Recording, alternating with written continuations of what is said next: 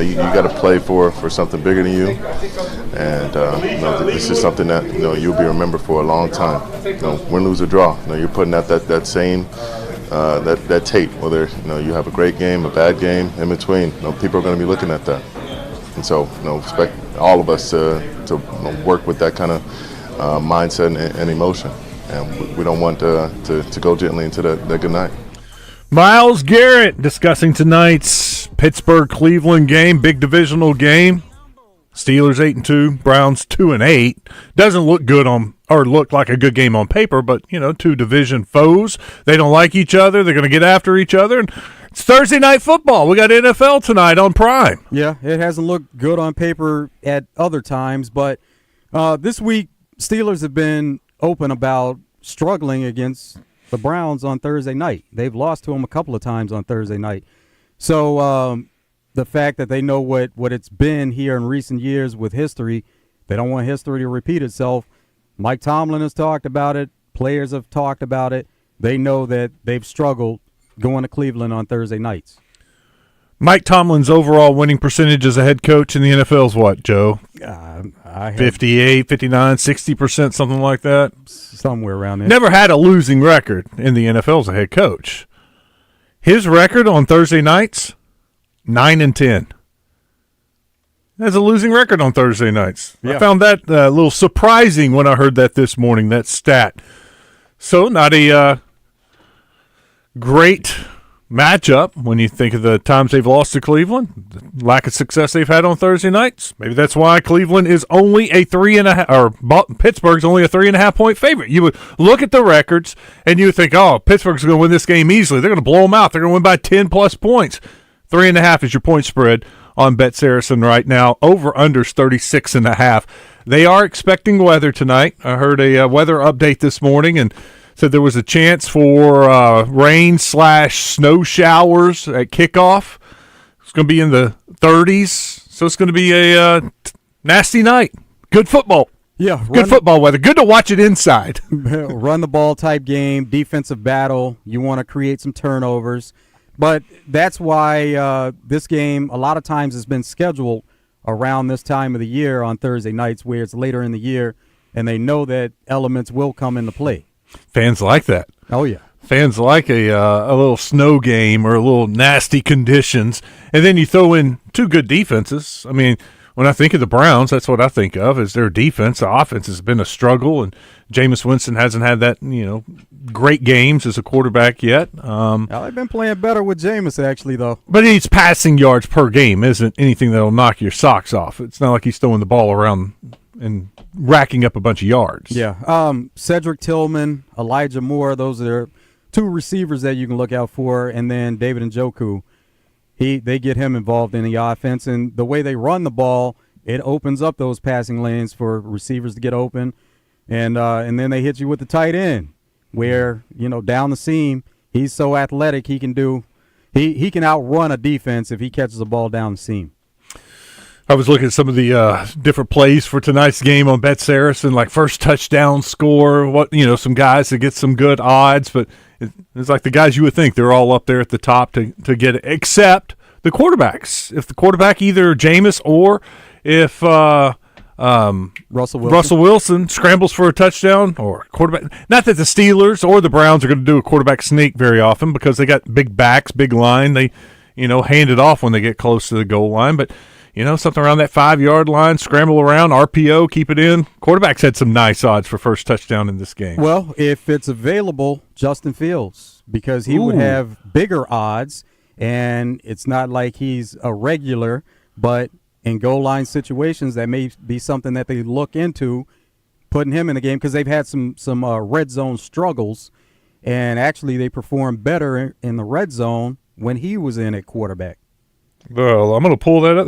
That's a great point. I didn't even think about Justin Fields coming in for that. I don't see him listed. I got Najee Harris, George Pickens, Jalen Warren, Pat Freiermuth, Calvin Austin, Mike Williams, Darrell Washington, Cordell Patterson, Van Jefferson, Russell Wilson, Jonathan Ward, Ben Skowronek, McCole Pruitt, Scott Miller, Connor Hayward. Those are the only ones listed. Yeah, a little Dang. surprising there. But we can maybe we can contact Neil or somebody at Bet Saracen and see if we can get that one So, added. hey, we need a little Fields on there. That's a great idea. And I mean, wasn't paying attention, thinking about that possibility of him coming in and running that on short yardage situations. How do you feel with this game? Because I think with the weather, these defenses, it is like a very low scoring game. Oh, that's what it always points to when these teams get together, that it is going to be low scoring. And then, yeah, when you bring the elements into it, that makes you think even more that score is going to be down. But there have been times where you think the score is going to be down, but they actually get up. But the over-under, according to Bet Saracen, it has to be in – I haven't seen 36.5. Yeah, I was going to say it has to be in the 30s. Mm-hmm. Yeah, that's like 20-17 is a low-scoring game, and that goes over. It is very low. And, you know, I was telling you about that prop bet I like where the Steelers win every single quarter. But in a low-scoring game, you can very easily have a quarter that's 0-0 or 3-3, you know, and they tie and you lose your prop bet. If it was more of a – you thought the offense was going to get going and could score some points, I think that would be more attractive. I'm sure that's why it has such long odds, because it's a game I feel like the Steelers should win. Wind is always a factor in Cleveland also, and we know that field goals can be important, trying to throw the ball downfield. So that's why it points more towards being a run-oriented type game. We heard from Myles Garrett a little bit earlier. Jameis Winston back in the saddle for Cleveland. He was talking about, when we were talking about Fields running the ball, Jameis likes to run it too. Anytime I'm at quarterback, I want to run the football. Like, I think, like, that's, again, I'm a football lover. Like, back in the day, like, it wasn't nobody passing the ball, it was running. Like, that is the easiest, most efficient way of changing the outcome of a football game. I think it poses your will on a defense. I think it's exciting to hear the clicks and the clacks, and it just helps you, get some juice, man. Running the football, to me, is so important, and I'm happy we got the running back we got. Running game is going to be very important for both of the teams tonight. Now, besides being a divisional game, a Thursday night game, an important game for the Steelers, there's a little drama going on between some of the defenders on this team, on these two teams. Yeah, T.J. Watt, there were a lot that thought he should have been Defensive Player of the Year last year, and as we know, Myles Garrett was Defensive Player of the Year last year. So Myles Garrett has made some comments saying that, because of T.J. being really open about he felt like he should have won, and there were plenty of people that felt like he should have won. Myles Garrett said that T.J. Watt needs to apologize to him because it almost takes away from the fact that he did win. And Myles Garrett added this. He said that T.J. Watt should apologize to him. B-Mac, what's your reaction to all this? Hey, I hope you got some wine for the beef that we're having right now. I love it. I love it. To your point, these two teams don't like each other. They have a long-standing bad history in terms of playing against each other. So I understand it's not a big deal, but granted, throw more pepper into the pot. Spice it up. And that's what we have right now, because when you look at both guys, they have a lot of similarities. Two high-level pass rushers, two dominant defensive players in the National Football League, two individuals that we all respect. And yes, they do a great job in sacking opposing quarterbacks. Now, for me personally, when we look at T.J. Watt 2023 season, I felt like he had the better year between T.J. and Myles Garrett. Granted, he did not get the award, Myles Garrett did. And if it motivated T.J. Watt, who cares? Let that motivation surface tomorrow night there in Cleveland. So I love it. Like I said, man, you got beef. You got to have some wine. Got Brian McFadden there. I think he meant, I hope he's got some cheese with this wine. He said, I hope he's got some wine with this cheese. Yeah, no, he said beef. You want some wine to wash down the beef. When you're eating a good steak, drink some wine. That's what he's talking about. No, he was talking about cheese. Because he was whining. Yeah, no. I get the wine and cheese, but no, he's saying wine to go with the beef. Because when you're eating a good steak, you drink some wine with it. I didn't hear anything about beef. All I heard was, hope he had some cheese to go with that, or some wine to go with that cheese. You didn't hear him say they have beef? Hold on. And Myles Garrett added this. He said that T.J. Watt should apologize to him. B-Mac, what's your reaction to all this? Hey, I hope you got some wine for the beef that we're Oh, I thought you said having cheese. right now. No, I beef. love it. I love it. To your point. I misunderstood him. I thought he said cheese. I'm like, what is he? Oh, he got it backwards. Cheese and wine. Gotcha. All right, tonight on Prime, the Thursday night game of the week. Coming up Saturday, we got a little Razorback football with Louisiana Tech. Coach Pittman met with the SEC media, their normal conversation on Wednesdays, and Coach was asked about the where'd it go? Oh, wrong one. Sorry, my bad. Pulled up the wrong one. Coach was asked about Louisiana Tech. We'll start with that. Yeah, I think our team's fairly healthy.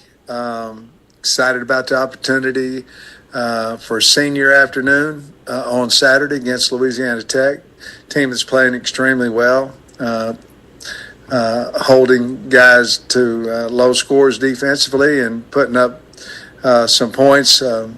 Last week, obviously, was a hard-fought game against Western Kentucky, who was leading that league, and they were able to win. So we'll have a hot team coming in here, but we're excited to play. Yeah, they are playing better. I'll give Louisiana credit for that, but there's still a reason why Arkansas is a big favorite, and they need to take care of business in this game. Joe, I'm going to go up for the game on Saturday and just be a fan, get to tailgate and enjoy the game for once.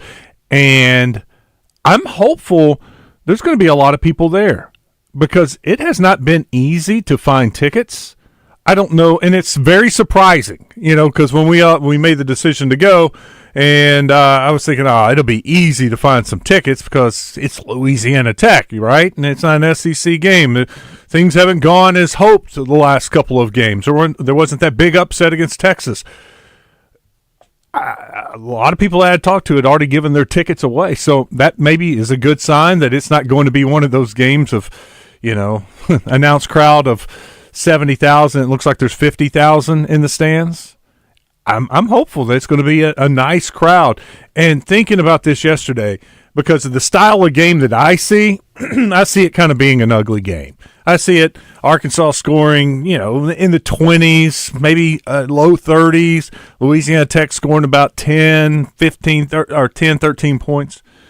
I don't see it as a blowout. I don't think Arkansas is just going to come and blow them out, and it's going to be a 44-3 game. That's what we'd like to see against Louisiana Tech. That would give you a little hope going into Missouri, just taking care of business. Kind of like that last game, non-conference game against UAB. Remember how ugly that was? Arkansas trailed, ended up winning by 10, but still it wasn't that pretty game. And so maybe that's affecting my mind, and I'm thinking it's going to be another game like that. I think it's very important for them to come out, just for the morale of the state, the program, the coaching staff, what people think, to come out and put on a show.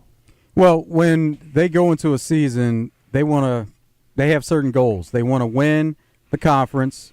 They want to get bowl eligible. They want to play in as good of a bowl as possible, get to college football playoff. Well, one of those goals is there, and you win a 6 game, you can get to a bowl. You get bowl eligible. And then for the fan base and people outside of there, when they look at the schedule, they see non-conference games. They look at those as wins. W. And even when you play some of the other Power 4 schools like Oklahoma State, like Arkansas played early in the season, it's kind of split there, where half the people will say that's a win, half will say it's going to be tough. Mm-hmm. But when you look at a game like this one against La Tech, that's one that's been circled before the year started as a win, and it gives you a chance to get a win, become bowl eligible. So there are some things that are on the table there. Now, if it doesn't happen, then there's going to be a lot of people that are upset, fans and inside that building. Mm-hmm. Well, yes, it's very important to get the W, but I think it's even important to look good. And here's Coach Pittman talking about trying to impress the fans. I think there's pressure every week, to play good football. I still believe we have a really good football team, and if we play up to our standards, we can play with anybody in the country. They're well aware of what happened at UAB. And we've got to play to a standard that's high for us, and hopefully it'll be good enough to win the game. I don't know what it would take to make fans happy. I would say a convincing 30-point win where both the offense and defense plays good. One of the few times this season where the offense looked really good and then the defense backed them up and looked really good too. There have been too many times one of the units have struggled, whether it's the close game against Texas or even Tennessee when they win. Defense played well, but the offense seemed to struggle. I would like to see a game where the offense comes out there clicking, picking up first downs, scoring touchdowns in the red zone, not settling for field goals, and scoring 35, 38 points. Get 5 touchdowns, a field goal, maybe a second field goal, score 40. That would be awesome for the offenses to produce. But then the defense to turn around, because this we've all heard. We've heard from 2 different guys who cover Louisiana Tech this weekend, and the struggle is their offense. Their quarterback play hasn't been good. They got one wide receiver that's got some playmaking skills, but they have struggled offensively to run the ball. The defense needs to respond with another game like last week and play well defensively and keep a team from having these long, lengthy drives, time-consuming drives, get some 3-and-outs, give up at the most like 10 points. To me, if you go out and win this game 38-10, 40-something-10, that's mission accomplished. Yeah. Fan base feels good. You went out and did what you were supposed to do. Not only is it about the team that you're playing there, where there's the thought that Arkansas should be able to dominate that team, but there's another thought in the fact that if they don't look a certain way in playing against that team, because we go into these games breaking it down, looking at stats, saying that this is what the opponent does well, this is what they don't do so well. But then when they show up and they do certain things well against Arkansas that they haven't done all year, that's what becomes more upsetting. Over on the D3 Auto Sales text line, Big G and Bryant. Good afternoon, guys. Is there a good Arkansas high school football website for scores? I use Fearless Friday. Duh. FearlessFriday.com. I even have an app, Fearless Friday app in the App Store. They do a good job with the scores, and they have all the standings, the schedules. Then there's even a message board where fans get in there and talk a little trash and talk about the game. So, yeah, I would highly recommend FearlessFriday.com. JW says, when I was asking what would make you happy, a new coach would make fans happy. A new coach would make some fans happy, JW, but that's not happening. 501 says, probably not happening. I should say that. I can't say 100% sure because crazy things Still could have happen. to play out. Yes. 2 games left. At Got least 2 games. 501 says needs significantly better offensive line play. Yeah, and that's another thing. Louisiana Tech hasn't been able to put much pressure on the quarterback this year. You got to take advantage of that. This is not an SEC defensive line. It's not a good defensive line, front 7. You can't be giving up multiple sacks to Louisiana Tech. Like I get it from time to time. You may have a blitz or somebody just gets beat. Sometimes that does happen. You just get beat. But that can't happen very often Saturday. This is one of those games where the offensive line needs to protect, provide a pocket, obviously be able to run the ball effectively against them. You can't be giving up the sack numbers like we've seen against Ole Miss, even Texas last week. If they get sacked, it needs to be like 1 or 2 as your total. And we're starting to hear a lot of talk about Malachi Singleton. Mm-hmm. And if you think about Arkansas's biggest win of the year, which has put them in this position to play Lock Tech and become bowl eligible, their biggest win of the year, Malachi Singleton, was in the game. Mm-hmm. And so, he's shown some good moments whenever he's been on the field. And then Talon has had some struggles at times, and that's why at this time you're starting to hear even more about Malachi Singleton. Yeah, it'd be nice to see him play Saturday in the fourth quarter of a route. Wouldn't that be good? Absolutely, it would be. Dakota says, guys, the double R prop bet for Jaquindon Jackson, over 13.5 rushing attempts and over 69.5 rushing yards, looks like free money at plus 165. Only thing that would worry me is, Jaquindon still wasn't 100%. You could tell. I could tell. against Texas. High ankle sprain, just takes a long time to get over that. You got this game in hand, or it's looking good, and they're rotating these backs. Jaquindon may not see much of the field in the second half. You know, they got one big game left. They want to finish with a win at Missouri, and they want Jaquindon as healthy as possible against Missouri. That's the only thing that would scare me about that, Dakota. It looks like, when it looks like free money, it usually isn't, but I wouldn't say it's an automatic W, just because they may just be a little careful with Jaquindon. Yeah, cautious. All right, we got to take a break. When we come back, Lee Sterling joins us. He's got some thoughts on the Arkansas-Louisiana Tech game. He'll break it down for us. Stick around. It's Out of Bounds.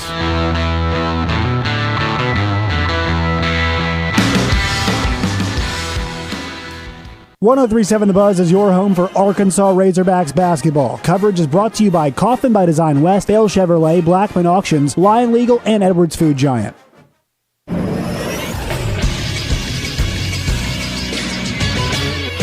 This is Sports Center. Last night in college basketball, Little Rock beat Tulsa 71-57 behind Jonathan Watson's 23 points, 7 rebounds, and 5 assists. Wasson is the brother of former Razorback Chandler Wasson. Little Rock's next game will be tomorrow against Arkansas at 8 o'clock. In the SEC, 8th-ranked Alabama won a high-profile matchup against 25th-ranked Illinois 100-87. Grant Nelson led the way for them, recording 23 points and 8 boards. 23rd-ranked Texas A&M also took care of business, beating Southern 71-54, despite shooting 37% from the field and 19% from 3. Tonight in the SEC, there will be 6 games. The most high-profile is 11th-ranked Tennessee taking on Virginia at 8:30 on CBS Sports Network. And prior to that on CBS Sports Network will be the biggest game nationally, as 13th-ranked Baylor will take on 22nd-ranked St. John's at 6 o'clock. I'm Christian Weaver with the Buzz Radio Network.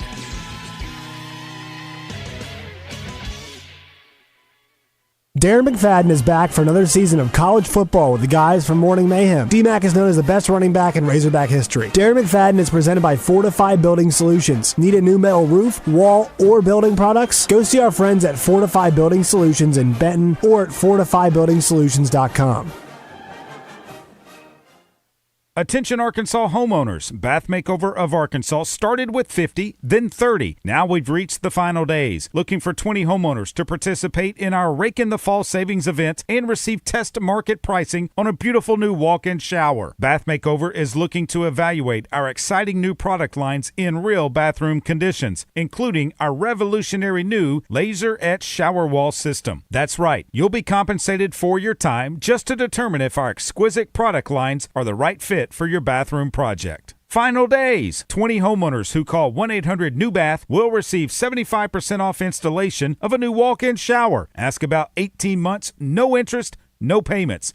Senior and military discounts. Receive a $200 Walmart gift card with purchase, and call 1-800-NEW-BATH now to receive a $25 Starbucks gift card with your free in-home estimate. Call 1-800-NEW-BATH. That's 1-800-NEWBATH. The king of Arkansas sports talk, Randy Rainwater for Bet Saracen. In Arkansas, 7 out of every $10 placed on a sporting bet app is with Bet Saracen, because Bet Saracen offers more ways to win and more ways to get paid, and faster. Find your winners on Bet Saracen and look for my Double R prop bet specials. I pick them and you win them. Bet Saracen is Arkansas's favorite sports wagering app. Gambling problem? Call 800-522-4700. This month at Gwatney Chevrolet, you could be eligible to make no payments for 90 days. That's right. Qualified buyers don't pay on new purchases at Gwatney Chevrolet until 2025. If you're in the market for a new Chevy car, truck, or SUV, now is the perfect time to buy. It could be yours with no payments until next year. Want to find out if you qualify? Give Gwatney Chevrolet a call at 501-982-2102 or come see us at 1301 TP White Drive in Jacksonville. Chevrolet, together, let's drive. Ethan Bates, Conference USA Player of the Year here for HJ Trailer Sales. It's finally fall, my favorite time of the year. Well, okay, except for maybe baseball season. When I need a dependable trailer to get in and out of the woods, there's no better place than at HJ Trailer Sales in Hot Springs. From sales to repairs, HJ Trailer Sales keeps me ready all hunting season long. Being from Hot Springs, it doesn't hurt that they're my hometown trailer store. Family owned and operated. Go to hjtrailersales.com or on Facebook. Experience the holidays in North Wood Rock with their Northern Lights Holiday Festival, brought to you by North Wood Rock Tourism on November 23rd at the Argenta Plaza. With great music by the band Bad Habit, you can finish your holiday shopping at the holiday market, get pictures with Santa, grab a bite to eat, meet one of several character actors, and dance in a silent disco. There will also be tickets for sale to Piccolo Zope Winter Circus at 4 and 7 p.m. Learn more about Northern Lights at northwoodrock.org/events. Out of Bounds on 103.7 The Buzz. Live from the Gwatney Chevrolet studio. Gwatney Chevrolet. Driving, trust every mile.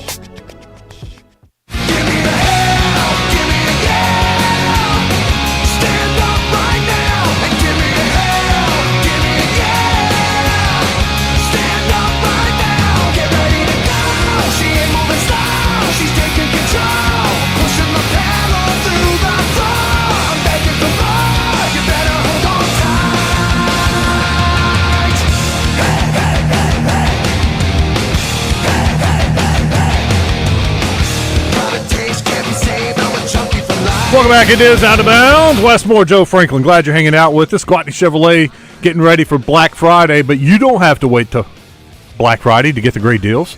They got great deals right now at Black Friday. Black Friday happening right now. 0% financing on the Silverados. Got great deals on Tahoes, Suburbans. 0% financing, like I said, on the Silverado. If you don't want the financing, you get $13,000 off. Get a Trailblazer for $299 a month, a brand new Trailblazer, $299 a month. No payments for 90 days on all their new vehicles, and great selection of quality used vehicles. Go to the website, GwatneyChevrolet.com. Take a look at all the inventory, take a look at all the deals, then head to the James Street exit in Jacksonville. Don't have to wait until Black Friday. It's happening now, right now, at Gwatney Chevrolet. Westmore, Joe Franklin with you. Glad you're hanging out with us on this Thursday. Thursday, 1:30 means Lee Sterling. He joins us now on Out of Bounds. What's up, Lee? How are you?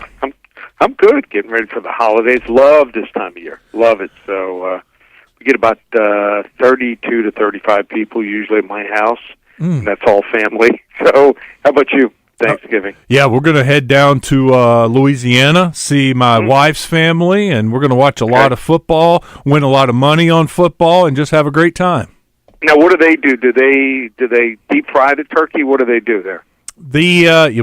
We've done deep fried turkey. We've done all kinds of turkey. The Cajun turkey's awesome. Right. It is nice, juicy, little spice kick to it. Yeah. Okay. Looking forward to it. And I don't know if you know this, so my two daughters have what we call the turkey bake-off, and they both make pies, and it's always a secret what the pie is, and I have to judge who's going to be the winner in front of everyone. It'll be on Twitter. Oh, on nice. Instagram. All right. Yeah, so you can watch that next Thursday. Now, what are we going to do about a show? Are you doing a show on Wednesday? Yes. Can we do Wednesday? Yeah, if we can do it at the same time, I can do it. I can do Wednesday, 1:30. We don't have anything, do we, Joe, normally on Wednesdays? Not at 1:30. No, nothing is set in stone. So you're now Wednesday at 1:30. Awesome. Right, hey, way to think ahead, Lee. I wasn't even thinking ahead that next week we're off. So I'm only going to do about 15 shows, but I won't include you. And then I'll actually also be up in Chicago for the weekend. My daughter's singing the national anthem for the Bears and Vikings game. So that's awesome. Wow. Got a lot to look forward to. And here's also a gambling tip tied to that. So she is saying 14 times for either NFL teams, Major League Baseball, or NBA, or college teams. Mm-hmm. The home team has won all 14 times. So the Bears are plus 3.5. Hint, you might want to jump on it. All right. Nice. Inside tie. Hey, Lee, what's the weather like South Florida right now? So it might be close to as cold as South Florida. Starting Friday night, Saturday morning, it's going to drop in the 50s here.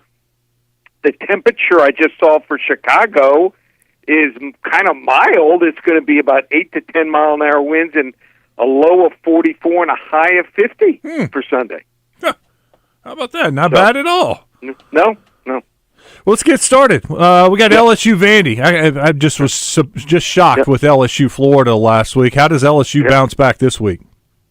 Wow. I mean, Florida has trouble with dual threat quarterbacks, and LSU didn't have that type of threat, and they didn't come to play in Florida. Give them credit. Mm-hmm. But Vanderbilt has that type of threat we saw with Alabama and many other teams before them did, where they dual threat quarterback. And I think Diego Pavia, although he probably won't play in the NFL or maybe not even the CFL, I think he's a bad matchup here for LSU. And where are they mentally? They're playing for nothing here.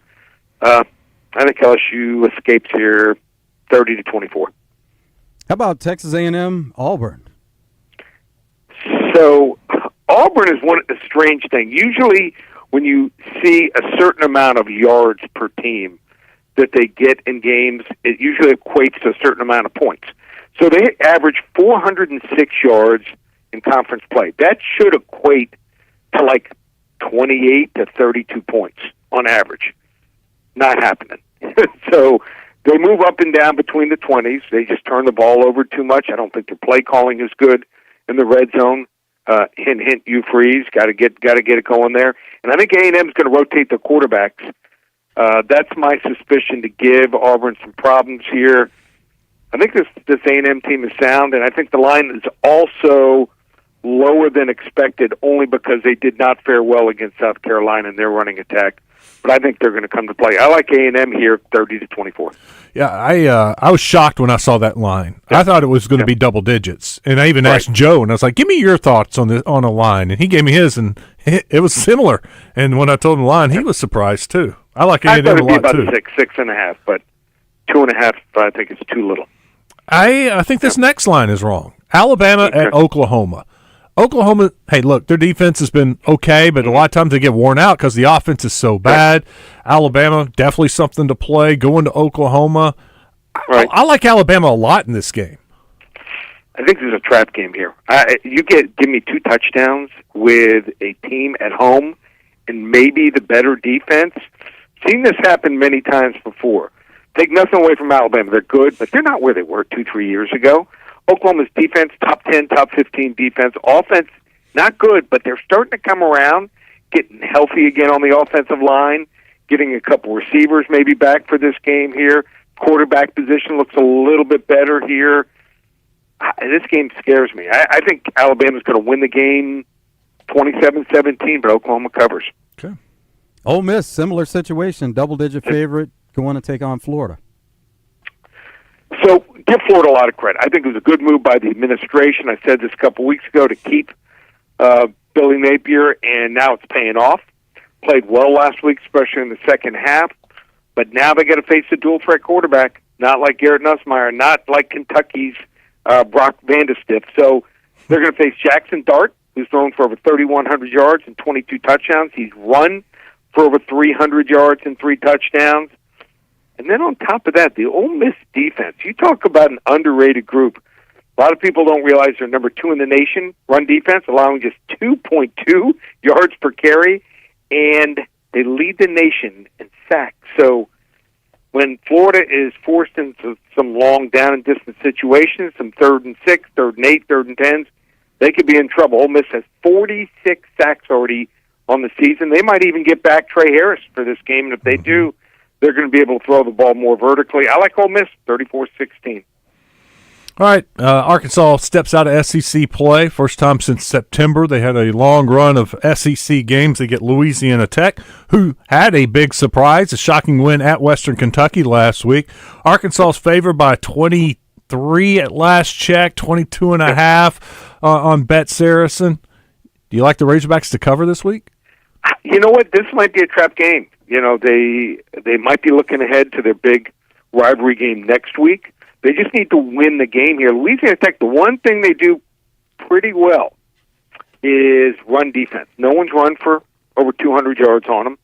They've had 4 games where they have not allowed 100 yards in rushing. So are they great? No, but they seem to be coming around. Their 3rd down conversions have been better. So all they need to do is hang around in this game here. I think Arkansas wins this game something like 35-17.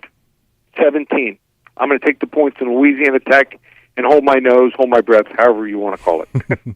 Hey, before we get to your free play, I need you to talk me off the ledge. I've been on Kentucky all week. I think this is a trap game for Texas. After playing Arkansas last week, they got A&M next week. They're at home. Usually that's when you have a little letdown because you think the crowd's going to carry you. They're getting up 20-plus points to Kentucky. Kentucky can play defense. I know the quarterback play has been iffy, but I like all those points and Kentucky. I just have no feel on this game. I just can't figure out Texas. I mean, when you're watching the game last week against Arkansas, they're up 13-0. I mean, they're pretty much dominating the game, and they couldn't come up with another play to get themselves up. They had to kick a couple field goals, and then Arkansas gets back in the game. I think they've way underperformed. Now, we know they have not played, they played one top 25 team. They lost to Georgia. You look at their talent doesn't equate to what they've done on the field. I think that's coaching. I think that their head coach has got to get them more fired up. So that, to me, is a stay-away game. Okay. Talent-wise, Texas should win the game by 27, but wouldn't shock me if they win the game by, 12, 14 points. Maybe my Texas State bias, I don't really like the Longhorns. They kind of look down on us, Lee, like they were better than us. I know. Yeah, we beat them in baseball last year. So Free play, long-standing rivalry, Commanders, Cowboys. Yeah, big game here for Washington. Can they keep it going? They've had a couple tough outings the last couple weeks. This is a big game for them if they want to win the division. They want to get a nice seed in the playoffs. Dallas, we know, is done, but double-digit line. First 5 callers get it for free. Call 800-400-9741. First 5 callers, 800-400-9741. And how about this? We have our college football game of the year that goes on Saturday. If you'd like to get this game, we are 70-26 lifetime on these 40 to 50 unit max releases. So you want to get our college football 50 unit max wager right now, just $97, or 2 weeks of our executive phone service through Monday, December 2nd, just $197. Just go right now, ParamountSports.com. Nice little tease. Lee, thank you. Yep. Have a great weekend. Guys. And we'll talk to you next Wednesday. Sounds good. Take care. Lee Sterling. If you're not one of the first 5 callers for Lee Sterling's pick, I'll give you my pick. Unless the line goes up to 20, take the Commanders. Cowboys -10. Are you kidding me? I'd throw a party if they were within 10 points of Washington this week. Injuries, offensive line is banged up. I mean, the only bright side, we had Mickey last night on Fox 16 talking about the possibility of Brandon Cooks coming back as the number 2 wide receiver. They've missed him, but that's not going to change the offense all of a sudden. You still got Cooper Rush. You still can't run it. Still can't stop the run. Defense looks terrible. Washington wins this game 35-13. We'll take a break. We're talking Parkview football. When we come back, it's Out of Bounds.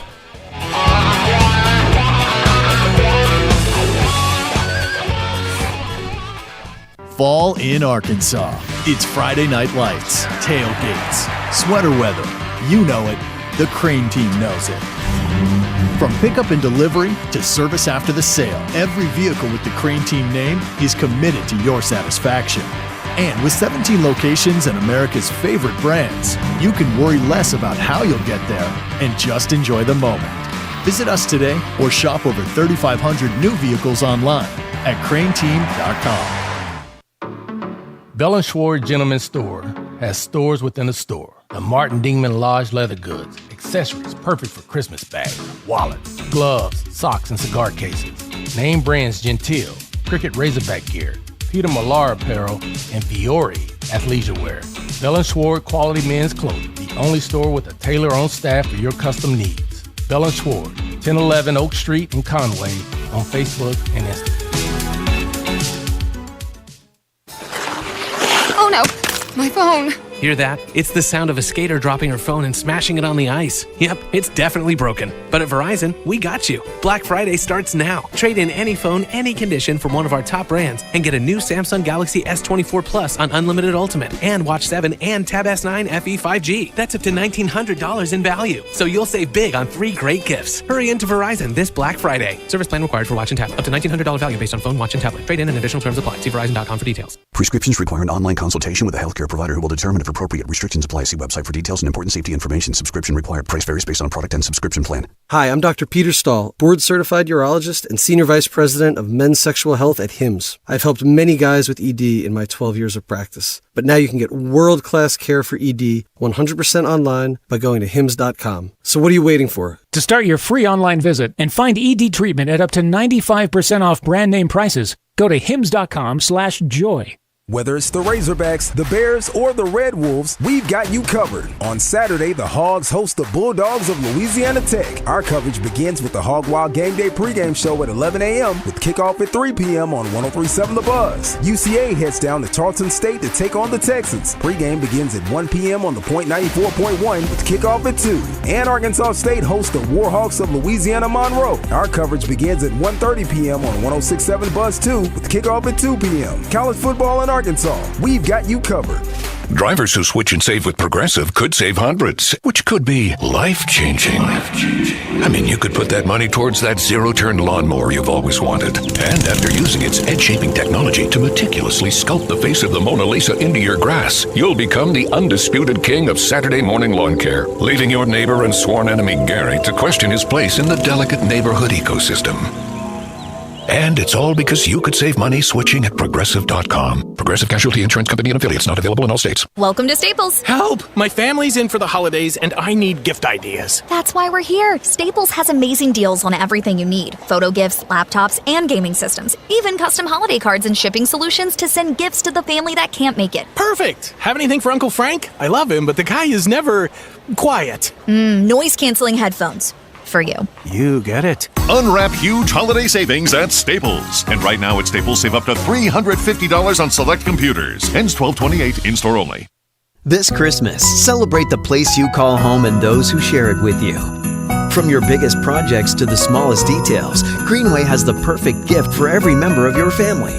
Check out our Home for the Holidays deals on John Deere equipment, tools, workshop items, apparel, toys, and more. Going on now through Christmas.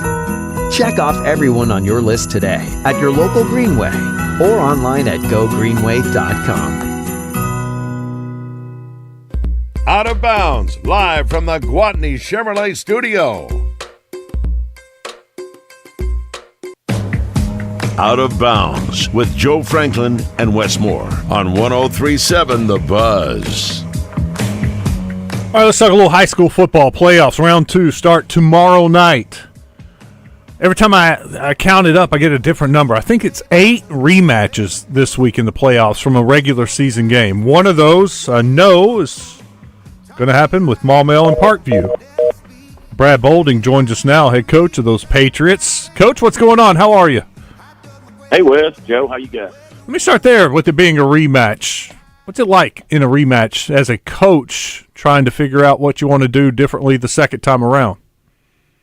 Well, you know, it's always tough to beat somebody twice. I mean, it's they're a good football team. Both of us have gotten better, obviously, since I guess it was week 1. But it's, you know, we know each other pretty well. Our players know each other. But you know, it's the playoffs, so it's just part of it. I mean, you're gonna have those games where you possibly have played somebody, and like you said, there's 8 of them like that this week. So we're one of them, and we're excited about being able to continue to play and try to win us another one. Coach, how's the team feeling at this time where you do get that feeling of you get a chance to go compete and try to win another championship? I think our seniors they know the magnitude of it. You know, this would be the 3rd one for them. And being that they're seniors this year, they want to close this out, you know, the right way. And so we've had some really, really good practices, especially the last 2 weeks. And I'm really proud of where we are as a program. We had a couple guys that were banged up that have gotten back. So, you know, we're just we're just trying to make sure we dot all our I's and cross all of our T's. You know, in the playoffs, people are, and everybody's gunning for us, and people are doing things that sometimes that you haven't seen them do before, and you have to prepare for all those things. And that's just something we've tried to do all week, and I think we've done a good job in practice. Our players have really responded well. Is there a lot you can take from that first meeting? But because that was a first game of the season, and it's been a long season since then, you know, things have changed with both teams to this point. Is there a lot that you can take from that first matchup, or do you lean more upon what your team is capable of doing? Yeah, you know, that's a good question.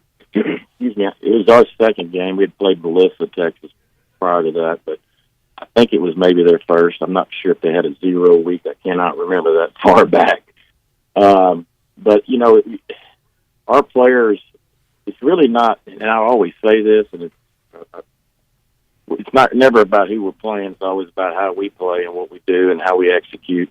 And it's no disrespect to anybody that we play, but it's just kind of how our approach is to each game. And, you know, we want to try to get better each week. And that's the thing I think that we've done, you know, really since the Camden game, that fourth quarter where our guys really responded.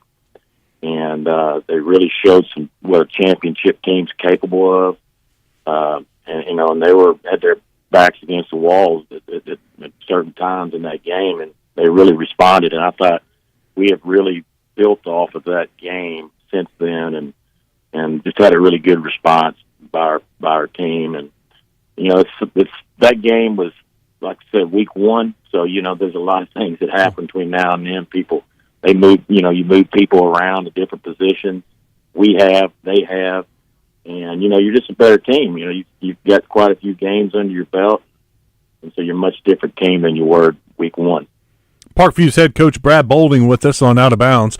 Coach, you talked about all those seniors and trying to get that third state championship. How many of them played for you as sophomores that have been, you know, key contributors for 3 straight years?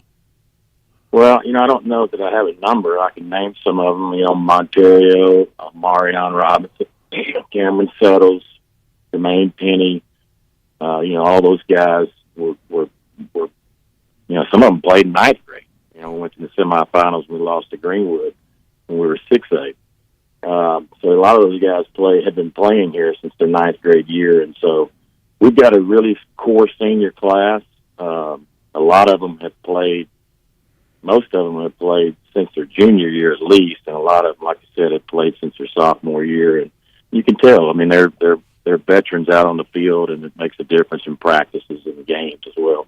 How is Marion Robinson doing?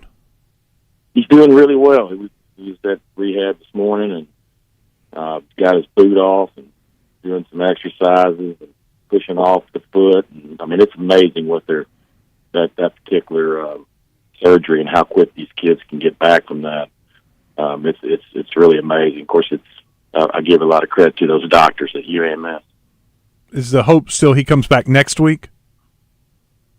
The hope is that we can get him back at least by the state championship game. I think we'd be pushing it if we're fortunate enough to play in the state championship game, but I think it'd be pushing it to have him back for the semifinals. I don't want to do anything that's going to hurt him. You know, I want him to be able to be in spring football and be in off season, because, you know, he leaves January 10th for college. I have 4 guys that are leaving that semester, so he's one of them, and I want him to be able to get there and hit the ground running. You mentioned moving players around throughout the season. What kinds of changes have you made? Well, you know, one of ours big ones is the quarterback. Murphy was there, Quentin Murphy, and he had an injury, and we found that Emmanuel Bunning was just a really good pocket passer. I mean, he can throw the football really well. Not far from what we had last year with Eric McGee. He's not a runner, so we're able to kind of have a dual quarterback situation there. And sometimes we'll split Murphy out at receiver. We've worked him at running back. We do a lot of different things with him. Some things people have seen, some things they haven't. But we're really pleased with how that's kind of turned out. And he's back full speed now. It took him a while to get over the shoulder injury, but he's back full speed and has had a really good week of practice. Brad Bolding with us, head coach of the Parkview Patriots. And it's Parkview, Maumelle, Friday night at J.A. Fair. Don't go to War Memorial Stadium to see this game. There'll be a J.A. Fair. Your thoughts on playing at J.A. Fair instead of War Memorial?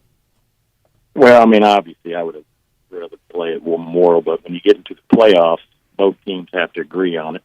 They didn't agree on it, and so we had to move the location. And we got snubbed by our own school district. It's Little Rock Central. They didn't want us to come over there. I guess they were, I don't know, whatever. But and we really didn't care to go out to Southwest. And Hall just really doesn't have the arrangements there to, like, for halftime to bring in a full team. And the turf's not really good. And the best turf in the district is out at J.A. Fair. They got brand new turf, brand new lights, and it's going to be a really cool environment. And we're excited about being out there. Heck, I guess I haven't been out there since the new lights and the new turf. When I think of Fair, I think of, the way it used to be years and years ago, Coach, and there were holes in the field, and you could walk. I played on it, trust me, I know. I know. Heck, that's worth it. Go see the trip out there just to see the new facility out there. That's cool. Well, Coach, we appreciate your time. Best of luck, and we'll talk to you soon. Hey, thanks for having me on. I appreciate it, guys. You bet. Brad Bolding with us on Out of Bounds. Keep hitting the wrong button for Coach because he called us. Normally we use the hotline and call our guests. Coach was ready to go, and he called us.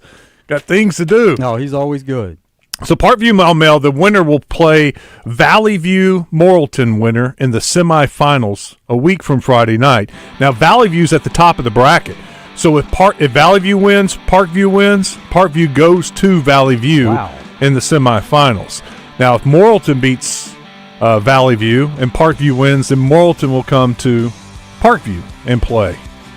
And depending on what Catholic and where they are in the bracket, could they host another? I don't think Catholic. Well, I guess Catholic could host.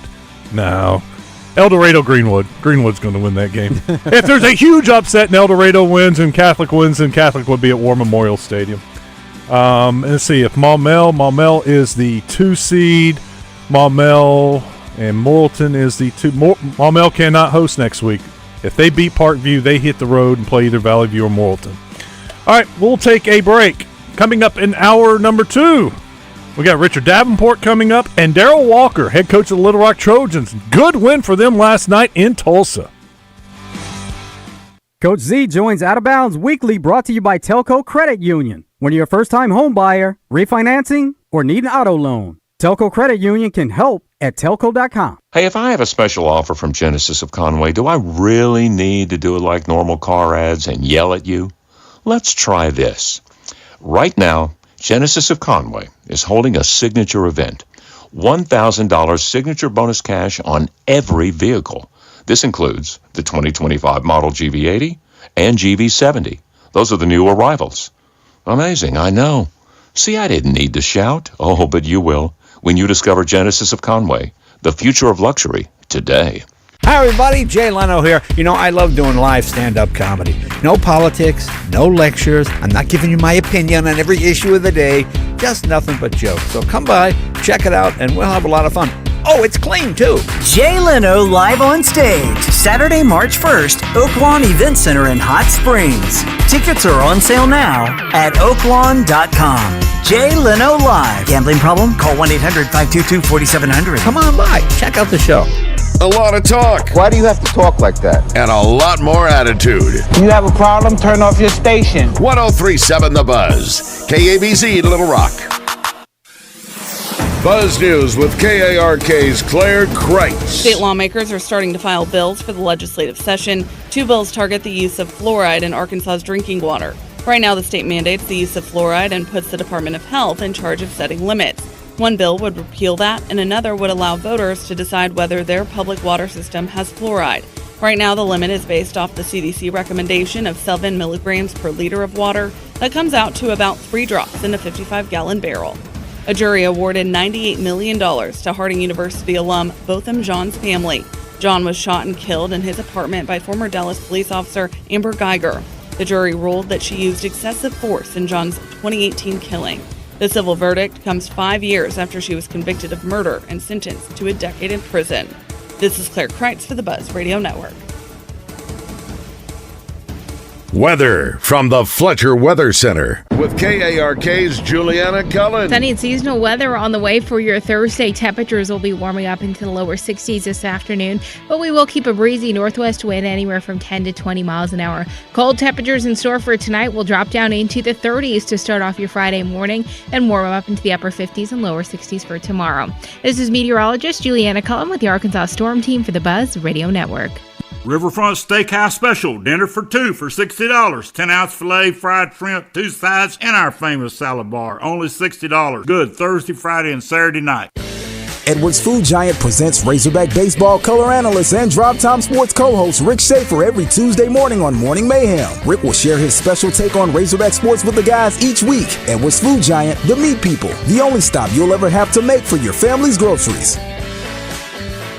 If you are looking for a safe and loving home for you or your loved one, visit Heartland Rehabilitation and Care Center. Just 15 minutes from Little Rock and Benton, our skilled nursing staff is dedicated to providing quality long-term care and short-term therapy. Visit heartlandrehabcenter.com. You can call Heartland home. It's your Razor Hog update on Out of Bounds, giving you updates from the hill. Presented by Bradford Marine and ATV, now carrying the 1650 Duck Boat, featuring a heavy-duty built timber hull. Pickup truck, sports car, motorcycle, minivan. Townhouse, 2-story, farmhouse, fixer-upper. What you drive and where you live is different for everyone, so it's important to have insurance that fits your needs and is just right for you. At Shelter Insurance, we understand that, which is why our agents help you design a comprehensive auto, home, and life insurance plan. Insurance that fits just right. See Shelter Agent Drew Self in Hot Springs, Todd Matthews in Benton, or Alex Blake in Little Rock today. Brooke here, live from the sports desk. Our number one play comes from the number one Hyundai dealer in Arkansas. Chris Crane Hyundai of Conway, coming in hot with another huge score. Inventory selection to fit any budget. Boom! Look how they say yes. Game-changing action from the winning team at Chris Crane Hyundai of Conway. Win big with 1.99% financing. New Tucsons and Elantras at Chris Crane Hyundai in Conway and online at chriscranehyundai.com. It's that time of year, jackpot season. Play the new $1 Million Jackpot Scratch-Off ticket from the Arkansas Scholarship Lottery. You might just, win one. It's the biggest instant prize of the year, and that's just the icing on the cake. There's more than $50 million in prizes out there waiting for a winner. Be that winner. Try the new $1 Million Jackpot ticket in stores now at a lottery retailer near you. Happy jackpot season. Call 1-800-522-4700 for Problem Gambling Helpline. Rock and Roll Sushi presents the Zone's Rock and Roll Challenge. Every Wednesday, Chris and Justin will spin the wheel of rock and roll knowledge and give you a chance to win a $20 Rock and Roll Sushi gift card. The Rock and Roll Challenge on the Zone is presented by Rock and Roll Sushi. An ESPN Radio Extra Point with Joe Fortenbaugh. In terms of Tatum for MVP, I just don't see that happening. It's not a 0% chance, but it's close in my opinion. I just don't see how he's going to garner the vote outside of extraordinary numbers, extraordinary wins, and a lack of competition. Because when people view the Celtics, they view a team. And the first knock on Tatum, if he's playing great and someone says, yeah, this guy's the MVP, what about Jaylen Brown? Like, Jaylen Brown is outstanding. When you have a guy that's that good playing next to you, and then you're surrounded by 3 other studs, and eventually Porzingis is coming back, it's hard to win an MVP award. The MVP is a star player on a team of guys who aren't necessarily monster names, who kind of is viewed as the guy who carries everybody. Tatum is playing next to a guy who just won finals MVP over him. So how are you going to say he's the most valuable player in the NBA? You ever try fixing your car and realize you're missing that one part? Yeah, been there. That's why eBay's my go-to. They've got millions of parts, guaranteed to fit. I'm talking brake pads for when yours have seen one too many miles of stop and go. Oil filters, because you don't mess around with your engine care. Even got this cold air intake on my watch list. I might just go for it. To keep the ride cool and your DIY streak hot. Find all the parts you need at prices you'll love. Guaranteed to fit every time. eBay. Things people love. Eligible items only. Exclusions apply.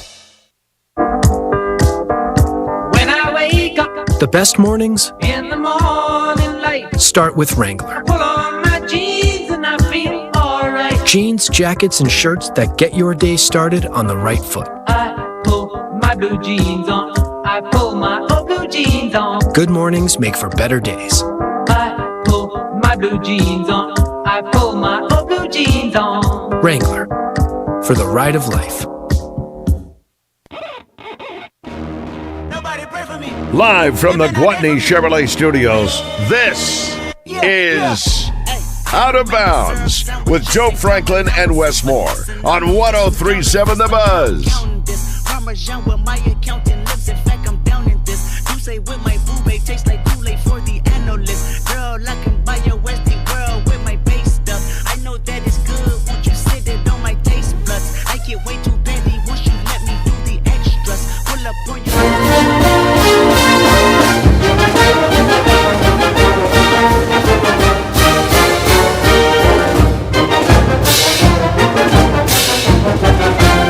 It's now time for your Razor Hog Update, presented by Bradford Marine and ATV, your Can-Am super headquarters. Bradford Marine and ATV with many statewide locations. Visit BradfordMarine.com, selling fun since 1971. Yeah, I think our team's fairly healthy. Excited about the opportunity for senior afternoon on Saturday against Louisiana Tech. Team that's playing extremely well, holding guys to low scores defensively and putting up some points. Last week, obviously, was a hard-fought game against Western Kentucky, who was leading that league, and they were able to win. So we'll have a hot team coming in here, but we're excited to play. Sam Pittman on the SEC teleconference. Sonny Cumbie also spoke with the media, and here's his thoughts. Sonny Cumbie, the Louisiana Tech head coach.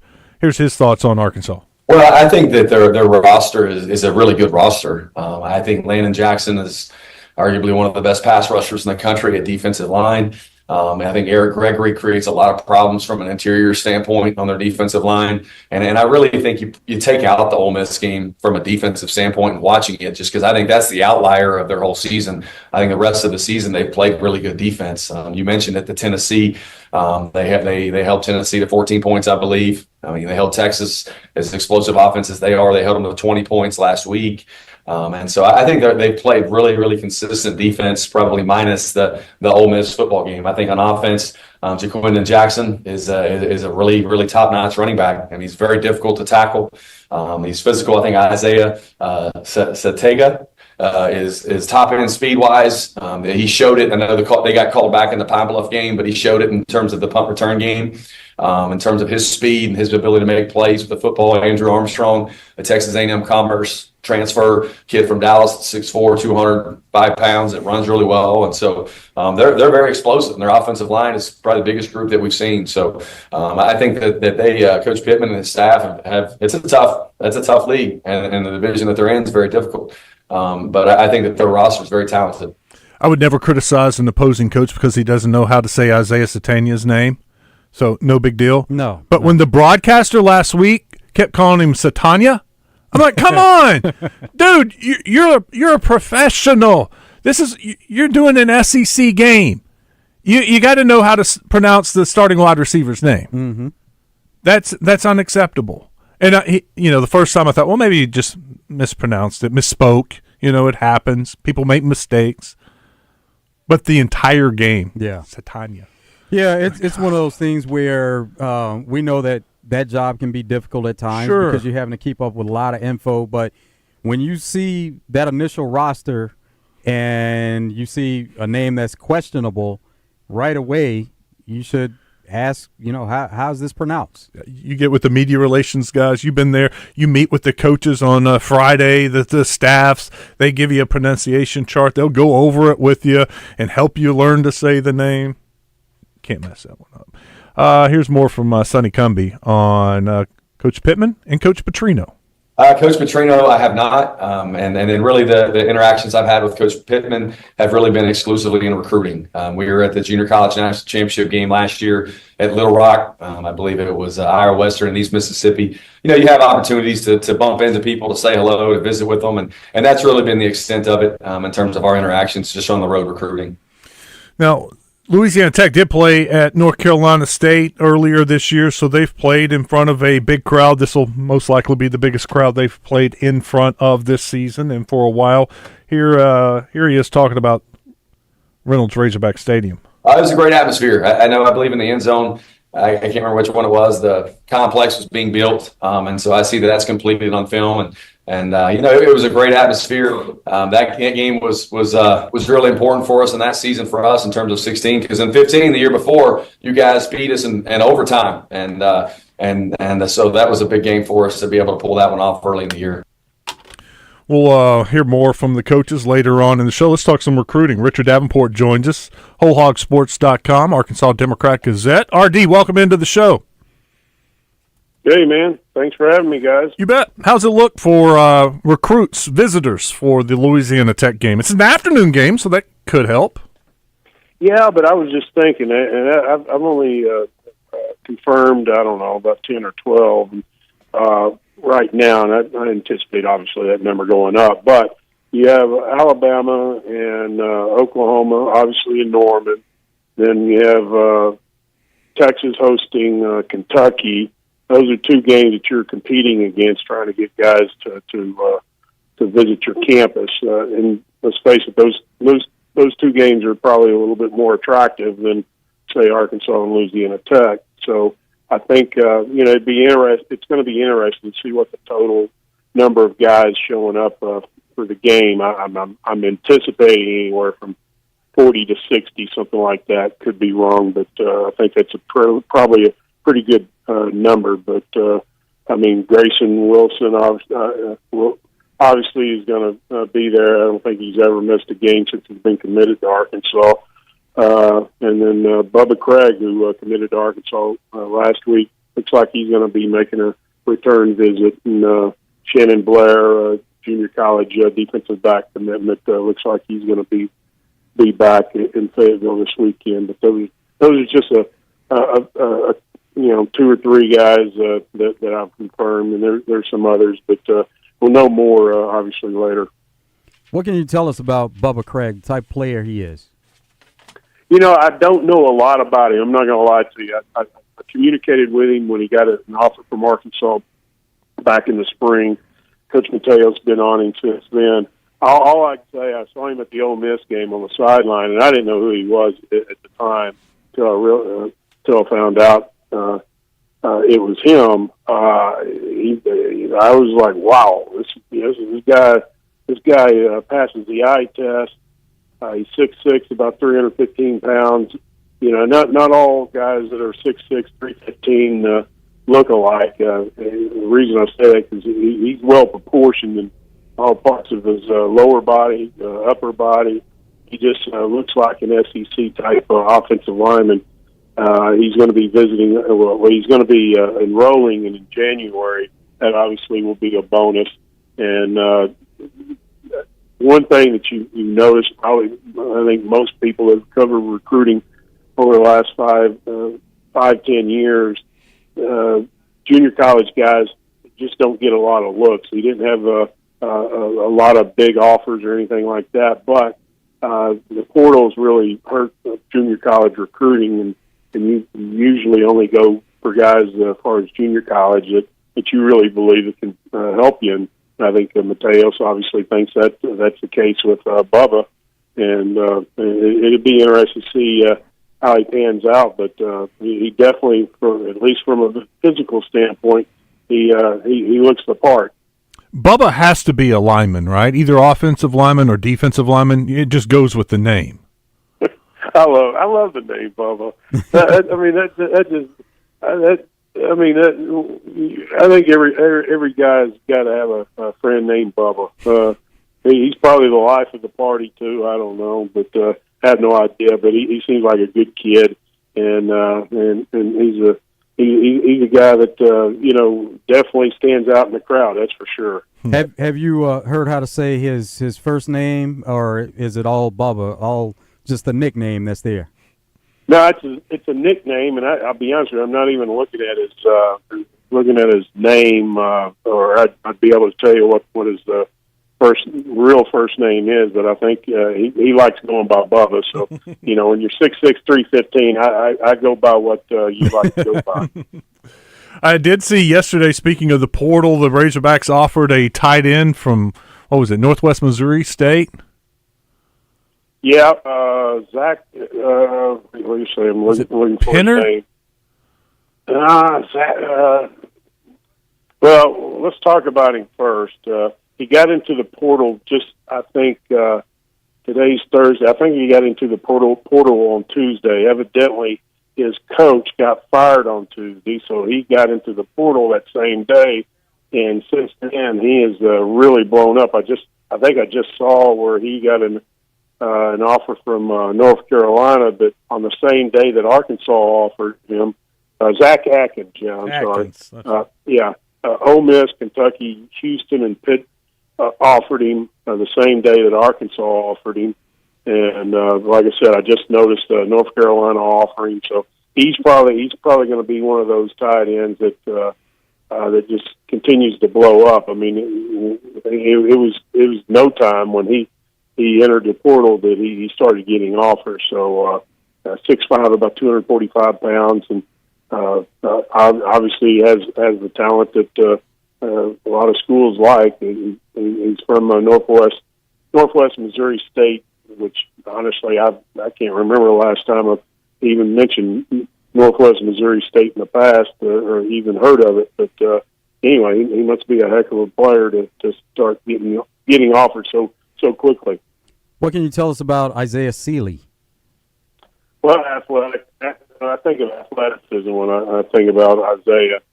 6'6", 6'7", about 200 pounds, and I think last week there was a video of him on Twitter going into the lane and slamming it home, and it was pretty impressive. Adequate 3-point shooter, but does most of his damage around the paint and inside the paint and driving to the paint. So 4-star consistent 4-star prospect who I think his highest rating was by ESPN nationally at 55. But I know a lot of people think every guy that Cal is going to sign is going to be a 5-star. That's not the truth. I mean, you look at some of the guys he signed and played at Kentucky in the past. I think Reed Shepherd's probably the most notable 4-star, at least recently, that he signed, and he turned out pretty good. He was a one and done. So not saying that Isaiah is going to be a one and done or anything, but just because a guy's a 4-star, not a 5-star, doesn't mean he can't play and can't contribute to at Arkansas right off the bat. And Isaiah is expected to be at the La Tech game. So once again, we have basketball players going to football games and making their visits then. Yeah, it's always a good time, and anytime you get a game on campus, and then let's face it, he's just down the street, so it's a good thing for him. I never did fact check Coach Cal. Sometimes he can kind of embellish his stories, but he was telling a story about Thero and how he was a 3-star recruit. And now look at him after going through his second season and has a chance to be a lottery pick. He's like, it's about development and getting these guys better. I remember during the recruiting process, or when he was considering, transferring or whatever, that I did some research on him, and I can't think of off the top of my head what he was rated coming out of high school, but he I don't think he was like a 5-star. Could be wrong, but I'm just going off the top of my head. But I tend to think Coach Cal's probably on target there. Just his athleticism is something that just really catches your attention. I mean, he was he got a good amount of minutes, but not the most minutes. I think if I'm not mistaken at Kentucky last year, but seems like he's made quite a bit of a jump from last year to this year, and he's definitely Arkansas' best player. Coach Cal right now. Coach Cal did reference Reed Shepherd in talking about Thero, and it's a credit to the player, of course, because they're putting in the work and getting better. But it is also a credit to Coach Cal and coaching staff in helping develop that player. Yeah, and I think he's a poster child for that, really. I mean, because I'm looking back at some notes. He was an ESPN 4-star prospect. So, like I said, he wasn't a 5-star or anything like that.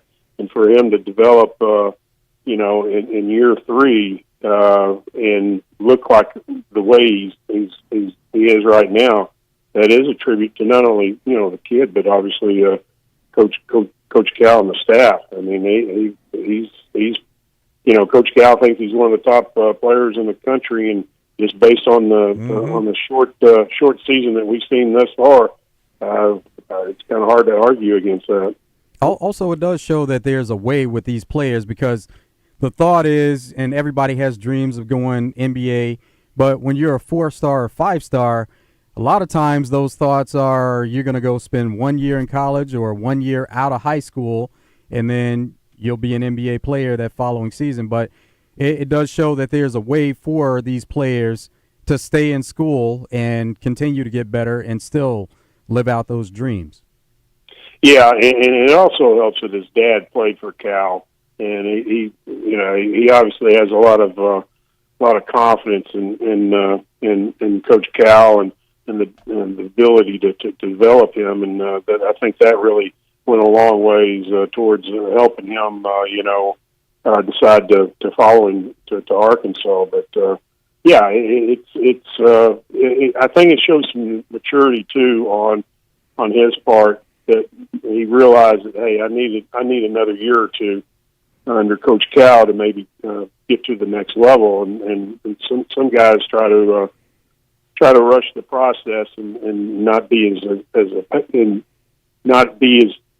patient, and sometimes that blows up in their face, and they don't really get to the next level just because they weren't ready for number one and number two. I mean, it's all about the process, and sometimes you just have to trust yourself and your ability and Coach Cal's ability to develop you, and things look to be panning out pretty good right now.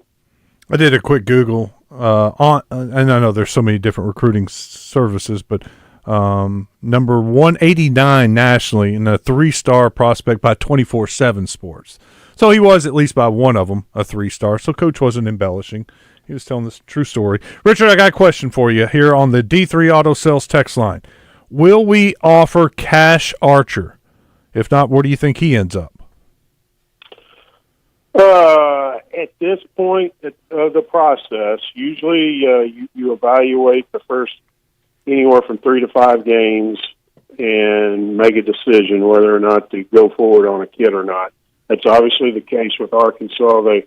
I'm sure they evaluated his film for senior year. At this time, I would lean towards it's probably not going to happen unless it's a late offer. I hope it happens, because I know he wants to be a Razorback and would like to be a Razorback. But at the same time, I mean, Arkansas has a few linebacker commitments, and they could be looking for guys, obviously, I think, going forward in the portal to add more depth. And it's all about getting guys that can contribute, not all the time, but a lot of times your focus is getting guys that can contribute to you the next season. And whether or not he could or not, I think that most coaches look at guys that are already contributed on the D1 level at other places. You evaluate them. You like his chances versus a high school kid, and that's not a dig on Cash. That's just the way it is as far as recruiting nowadays. Mm-hmm.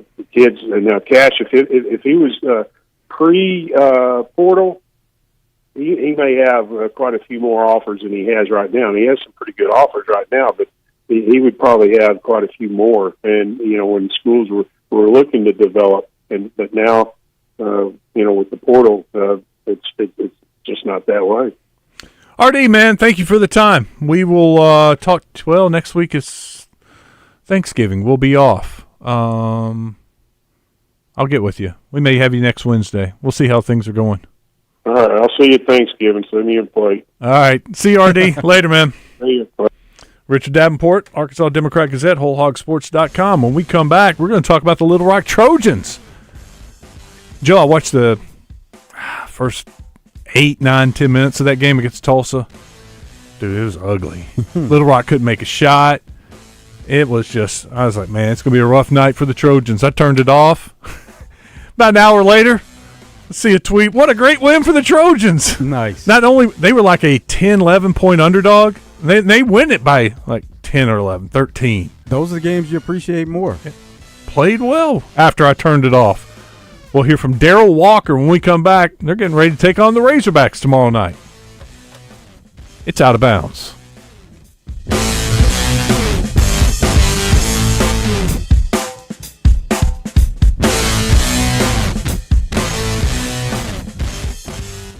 Bass tournaments, and some of the best fishing spots in the state. It's Fishing Arkansas, Sunday mornings with Big Sarge and his crew. Fishing Arkansas is presented by Shelter Agent Jamie Marsh, Stanley Hardware, Petra's Farm and Grill. Fishing Arkansas, Sunday mornings on 103.7 The Buzz.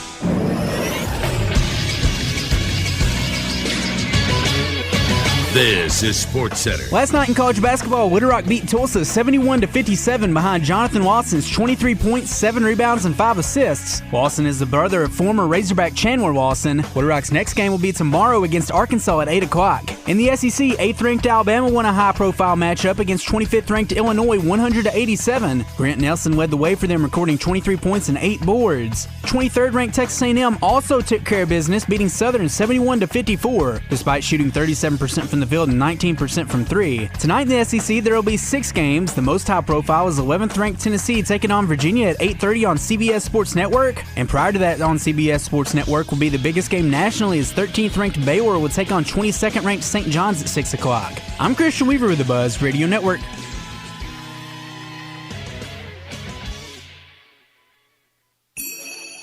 Hey guys, it's Dee Dee from Ava Bella Day Spa. Guess what? We're going back to Christmas 2004, where you can save 30% off the best stocking stuffer ever. You can get a facial and a massage for $100. Go to our website, avabelladayspa.com, or stop by our spa at 301 North Shackelford Road in West Little Rock. It's as easy as avabelladayspa.com for all of your Christmas needs. Merry Christmas! Hey Razorback fans, ready to drive to the next big game in style? Telco Credit Union has you covered with low-rate auto loans. With a pre-approval from Telco Credit Union, you can shop from an in-state or out-of-state dealership. Heck, you can buy from an individual. Hit the road and save today with Telco, your home team for auto loans. Visit telco.com or call 501-375-5321, 501-375-5321 to apply, and tell them Coach Z sent you.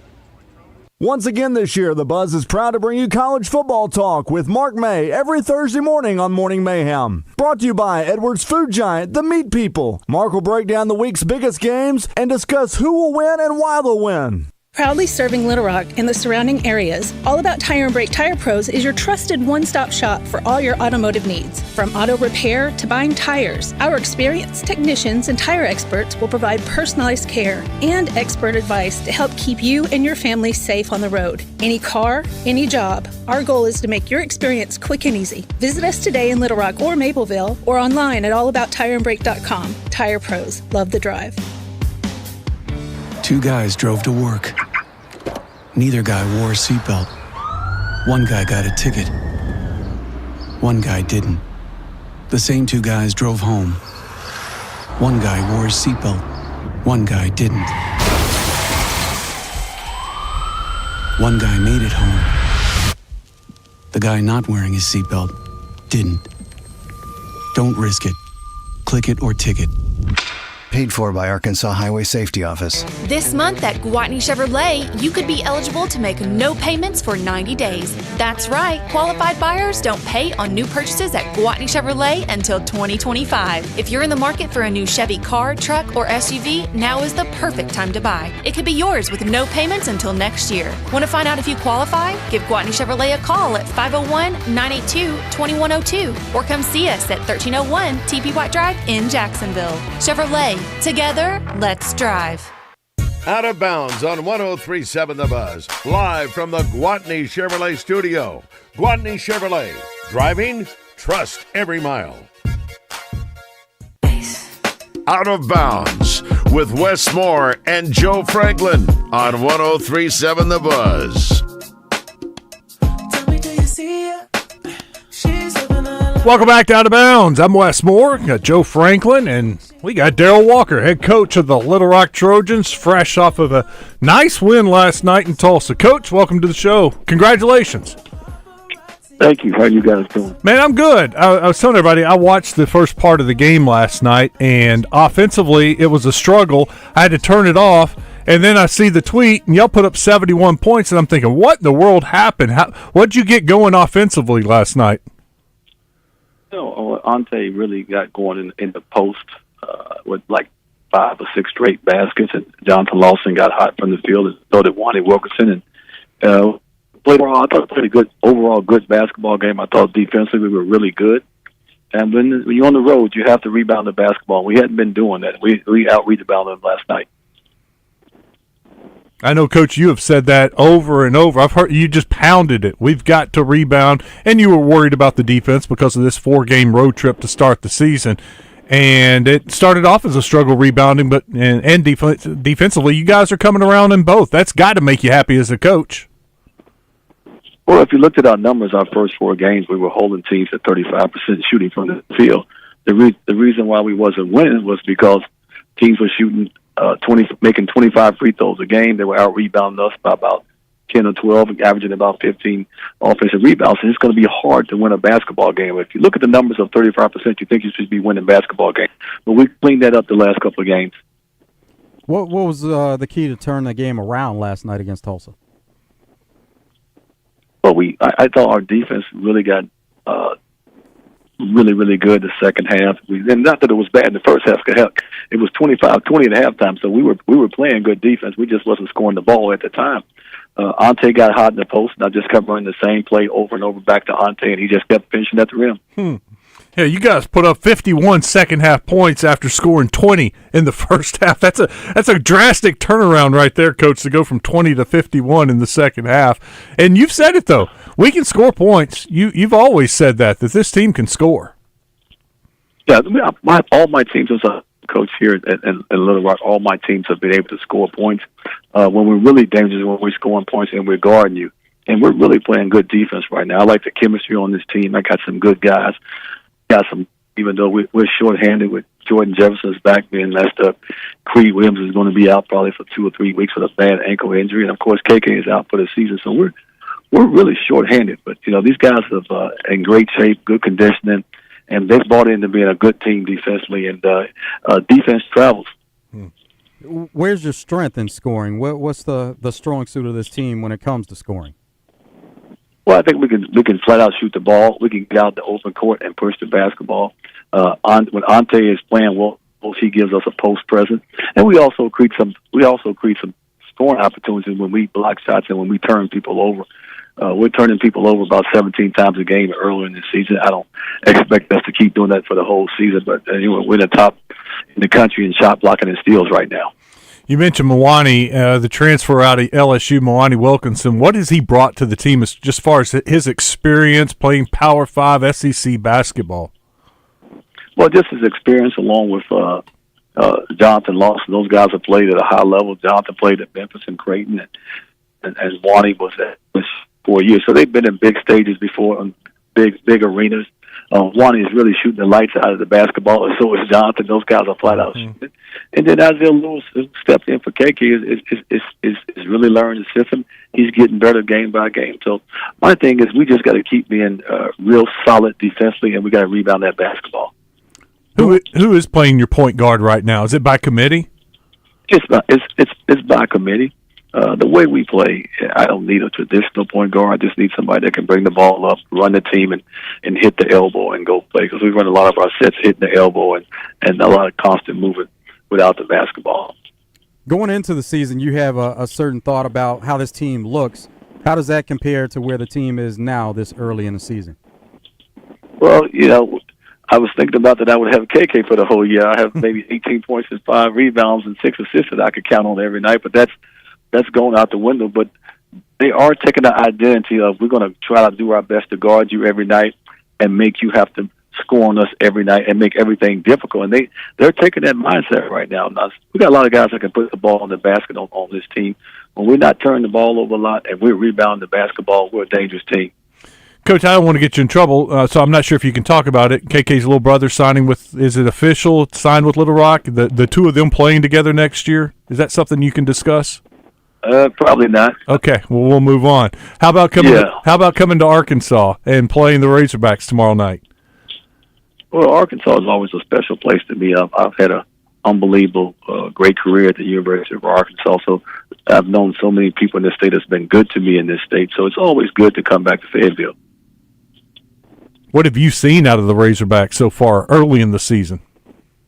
Well, I think they're very dangerous in transition.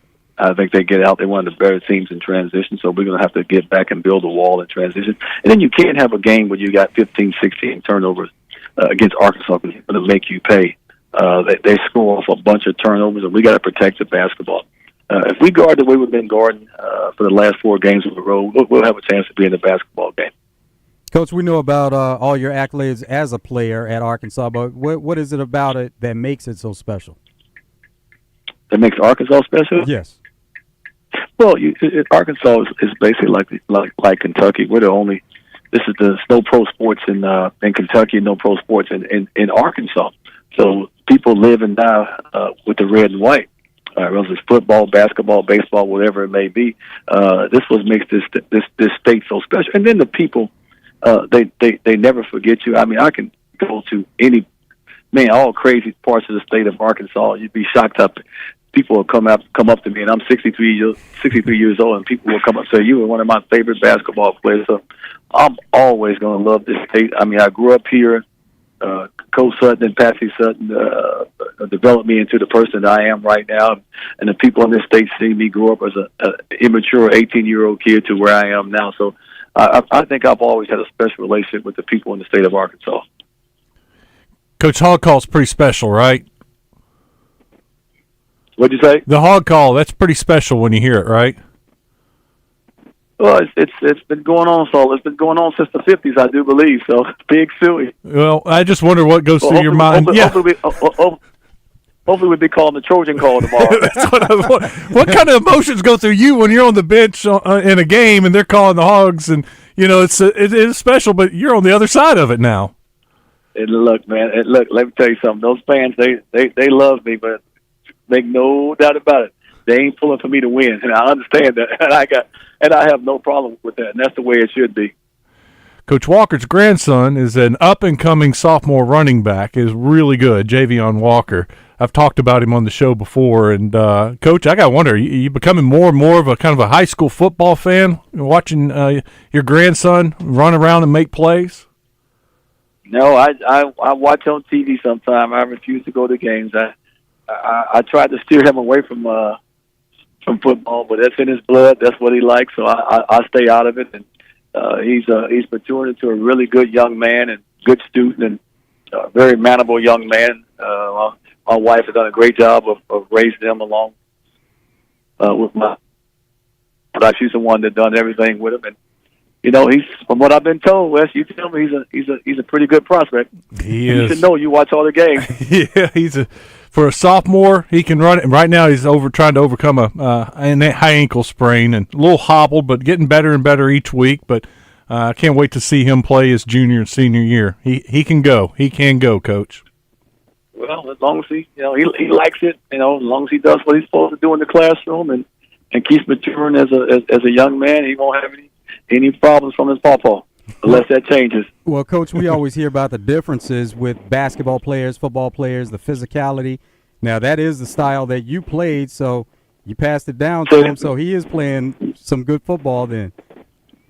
Yeah, he's playing football. I'm not a fan of football, and I'll watch the Hogs play.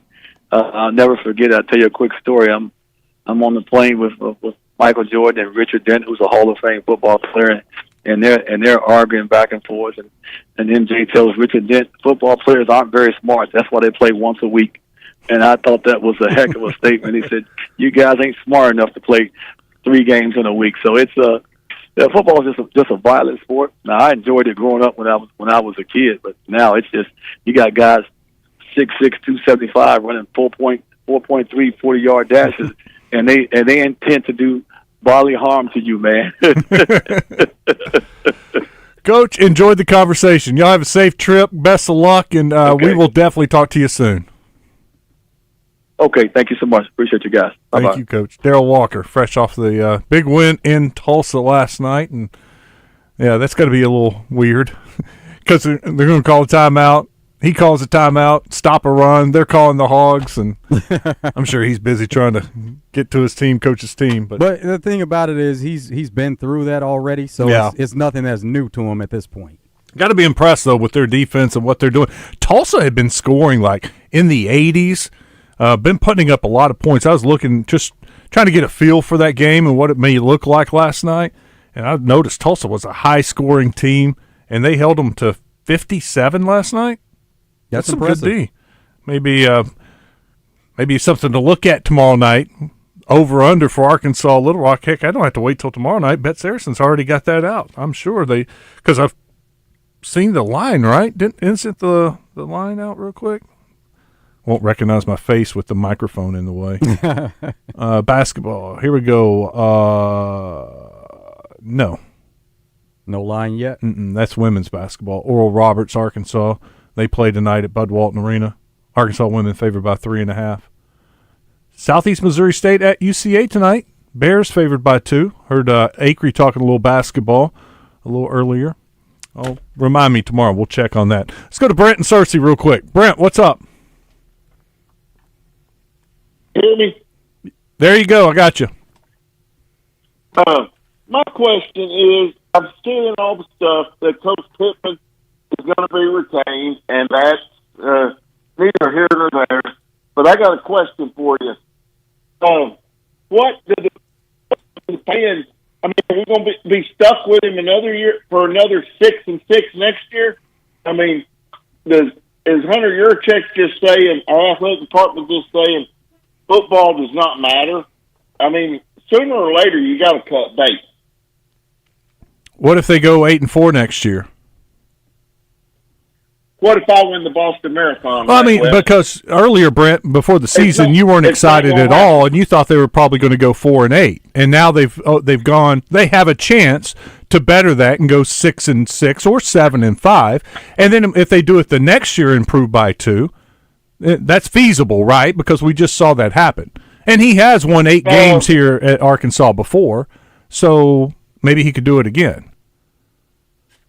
Maybe I could win the Boston Marathon. Basically, what you're saying, Brett, there's nothing this guy can do that's going to make you happy. Probably not, because here's my problem with Coach Pittman. It is. I don't think he uses his authority with his assistant coaches. Perfect example. Last Saturday, there was no reason he should have let Scott Fountain line up and punt the ball, do a rugby-style punt on 4th and 20, line our center up. Where we weren't going to fake that punt. I mean, yeah, but Brent, you know this.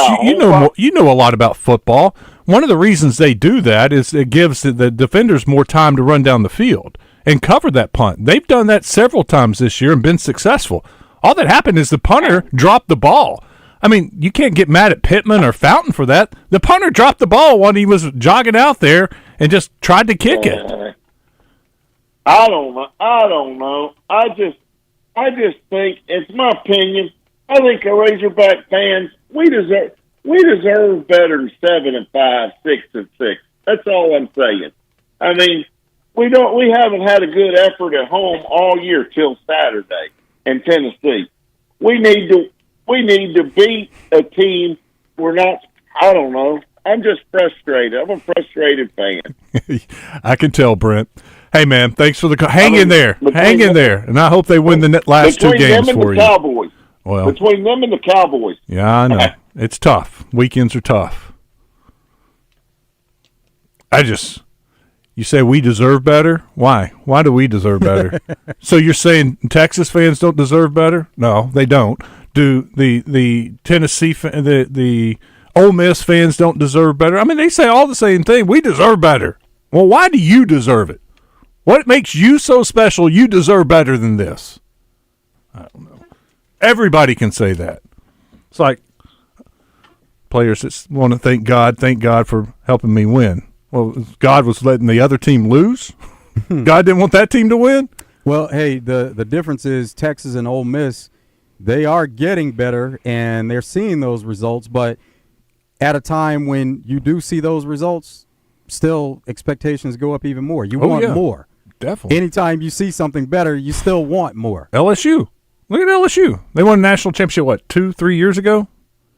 They're livid right now. It's getting to be 4 or 5 years now at this point. And if Ole Miss loses this week to Florida, I mean, we had them as one of the teams that could get upset this week. They lose that game, don't get in the playoff, their fans are going to be livid. We deserve better than this. We're paying Kiffin all this money. It's every fan base. It's not just us. Tony's in Little Rock. I'll take Tony. What's up, Tony? Hey, man, I've been hearing all this negativity, a lot of it about, Coach Pittman. Man, I'm throwing my support behind Coach Pittman. I think he's done a good job considering, got to have the players. And, this is having a quarterback that is going through a learning process. It's obvious. And but I think he's done pretty good with Bobby. If we could get Coach Pittman and Petrino back next year with maybe Green and see how it works out, I think we'll do better. And but I'm just curious, what do you think you guys think about Stoops at Kentucky? Mm-hmm. I mean, I think he's a great coach, man, but Kentucky's a lot like Arkansas. We're not getting the top-notch players. And I'm just curious what you guys and maybe what some of the Razorback Nation, what they think about. They think Stoops is better than Pittman, or just, where would they rate him as far as a coach? Thanks, Tim. But, good call. Thanks.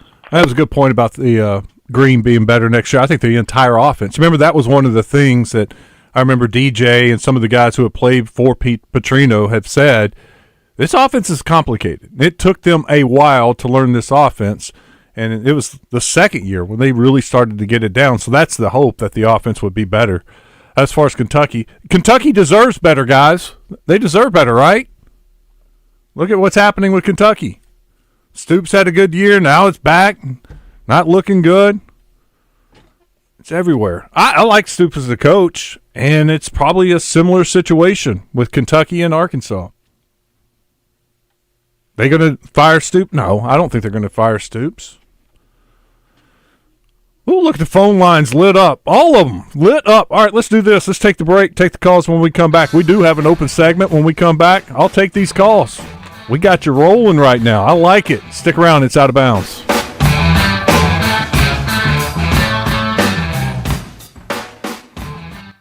The king of Arkansas sports talk, Randy Rainwater for Bet Saracen. There's big news in the mobile sports betting business. Bet Saracen was just named the 15th largest sports book in America. That's because our Kansans like to do business with a winner. Find all your winners on Bet Saracen. Download it today and look for my RR prop bet specials. I pick them, you win them. Bet Saracen is Arkansas's favorite sports wagering app. Gambling problem? Call 800-522-4700. Arkansas is special. Our people are honest and hardworking.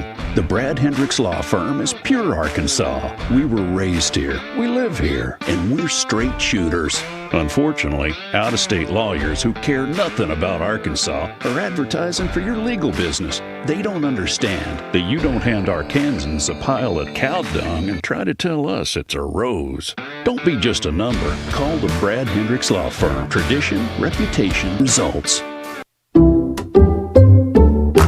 Some people just know they could save hundreds on car insurance by checking Allstate first. Like to check the propane tank on your grill first before hosting a tailgate. Let's fire up. Here, let me try. Seriously? You didn't check the propane? Who wants chips? Yeah, checking first is smart. So check Allstate first for a quote that could save you hundreds. Salt and vinegar? You're in good hands with Allstate. Savings vary, subject to terms, conditions, and availability. Allstate Fire and Casualty Insurance Company and Affiliates, Northbrook, Illinois. Choosing the right candidates for any office can be difficult. My office has lots of drama. I share my office. But no matter what kind of office you have, if you're hiring, you need ZipRecruiter. ZipRecruiter's powerful matching technology finds the most qualified candidates for your roles fast. So, for any kind of office, I'm really going places in my office. count on ZipRecruiter to find the right candidates for it. Try ZipRecruiter for free today at ZipRecruiter.com/free. That's ZipRecruiter.com/free. Bell & Schwartz Gentleman's Store has stores within a store. The Martin Dingman Lodge leather goods, accessories perfect for Christmas bags, wallets, gloves, socks, and cigar cases. Name brands Gentile, Cricket Razorback gear, Peter Millar apparel, and Viore athleisure wear. Bell & Schwartz quality men's clothing, the only store with a tailor on staff for your custom needs. Bell & Schwartz, 1011 Oak Street in Conway, on Facebook and Instagram. Hi, it's Frank Fletcher from the Fletcher Dodge store here in Sherwood. Folks, if you're shopping for a new car or truck, I hope you'll come see us and give us a chance to earn your business. We have huge discounts, 0% financing available, and we'll give you $1,000 over Kelly Blue Book value for your trade-in. Folks, I guarantee you a hassle-free buying experience. And if you've had credit problems in the past, listen to this. We have an easy pre-approval process. Just go to FletcherCredit.com to get started. You can be pre-approved in minutes. It's really not hard. FletcherCredit.com. Folks, we're also still buying cars every day. If you got an old car or truck you want to turn into cash, bring it to Fletcher Dodge in Sherwood and ask for Chris or Andy. Shop Fletcher Dodge in Sherwood before you buy anywhere else. Shop in person or shop online at FletcherDeals.com. Thank you. Fun Thursday edition of Morning Mayhem is in the books. Want to thank the folks out of the state capitol for hosting Roger and Baz. The boys are back on Friday. It's a big man Friday as Dan Hampton, Landon Jackson, Danny West, and Heather Baker join the show. It's all coming up 6 a.m. to 10 a.m. right here on 103.7 The Buzz. It's Morning Mayhem.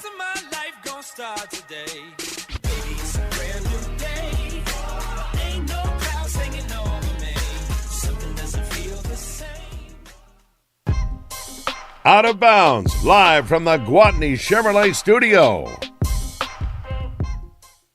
I know I can't afford to stop for one moment, that it's too soon to fall. Push the off of the. Welcome back to Out of Bounds. Wes Moore, Joe Franklin. Let's go. Phone lines are lit up. We'll take these calls before the top of the hour. Tim is up first. What's up, Tim? Hey, here's my question, or here's my thought.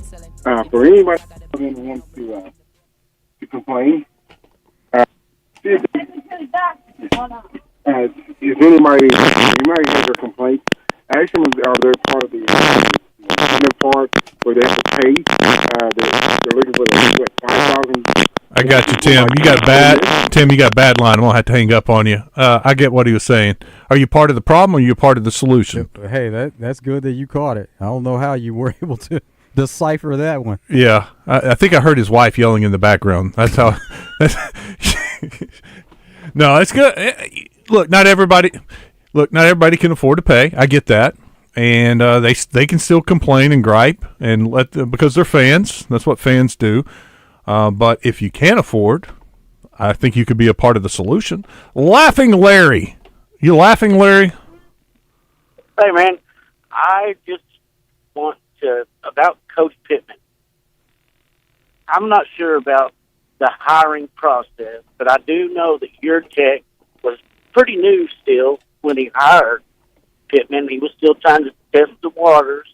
He does have to, deal with the foundation, the school, academic side. I mean, hiring a coach, I'm not real sure about the process, but you can't just go out and hire a coach. I don't care who the AD is. I just don't think it works that way. No, it's not an easy process. Firing a coach is not an easy process either. No, but furthermore, Pittman has improved a lot. At least the team has. And we got to give him a little time. He's not making a whole bunch of money. He's a heck of a guy. He does not have personal problems, anything like that. Seems to me like he's gelled with Bobby. I'll go ahead and let you go and listen to the comments. But thanks for taking my call. Thanks for holding, Laughing Larry. think I saw it yesterday. Trey Biddy tweeted out that Coach Pittman's the 13th highest paid in the SEC. 13th? 13 out of 16. Yeah, and you're getting results about mid-pack, about 8. So if you want to just look at dollars and cents and money, he's outperforming some others that are getting paid more than him. And to Larry's point, what I was saying, it's not easy. You can't just go. Hunter can't just go. He's fired. I'm done. You got to look at the business side of this. Do we have the money to pay him off? What does the money look like for the next head coach? Where is that money coming from? That next head coach is going to want a big NIL fund to come here. Do we have that money? Can we get that money? So that's not a rash decision that a lot of fans just say, I'm done. Fire him. He's gone. And, well, Hunter's not fired him? He needs to be fired. Victor is in Pocahontas. What's up, Victor? Hey, I appreciate you taking my call. I want to back Coach Pittman. I mean, I met him at the Love down south of Little Rock back last fall after the season was over. Him and another coach was sitting there eating. I went over and introduced him, telling him I was so proud. I like him as a man. I think the players like him. I think he wants to be in Arkansas, and I hope he gets things turned around. I'd like to win 10 games. I'd like to have a national championship, but having a good moral man that wants to be here and doing his best, to me, is better than having somebody that's trying to use Arkansas as a stepping stone to a better job. And that's the way I feel about it. I think they put that billboard out, whoever done that, they should be barred from ever seeing another Razorback game, as far as I'm concerned. Thank you, Victor. I appreciate your call. Savage is in Cabot. I can take him because it's at the top of the hour and he's quick. What's up, fellas? Hey, looking at the record of Brett Bielema and Sam Pittman, do a little homework for me, Wes. Tell me what their record is compared to Sam to Brett. And Sam's is better. You need to know about. Sam's winning percentage is better. I saw it yesterday. I did not write it down. I'll see if I favorited it, but it was his winning percentage is better than Bielema's. All right, appreciate it. You bet. Thanks. Top of the hour. We'll take some more calls. I see Jeff in Heber. He wants to jump in here. We got what's trending coming up. No more guests, so we got time to take phone calls. It's good. I like it. Hey, it's what we're here for. Vent. What other side you're on, it doesn't matter. Let your voice be heard. Stick around. Hour number 3 coming up next. It is Out of Bounds.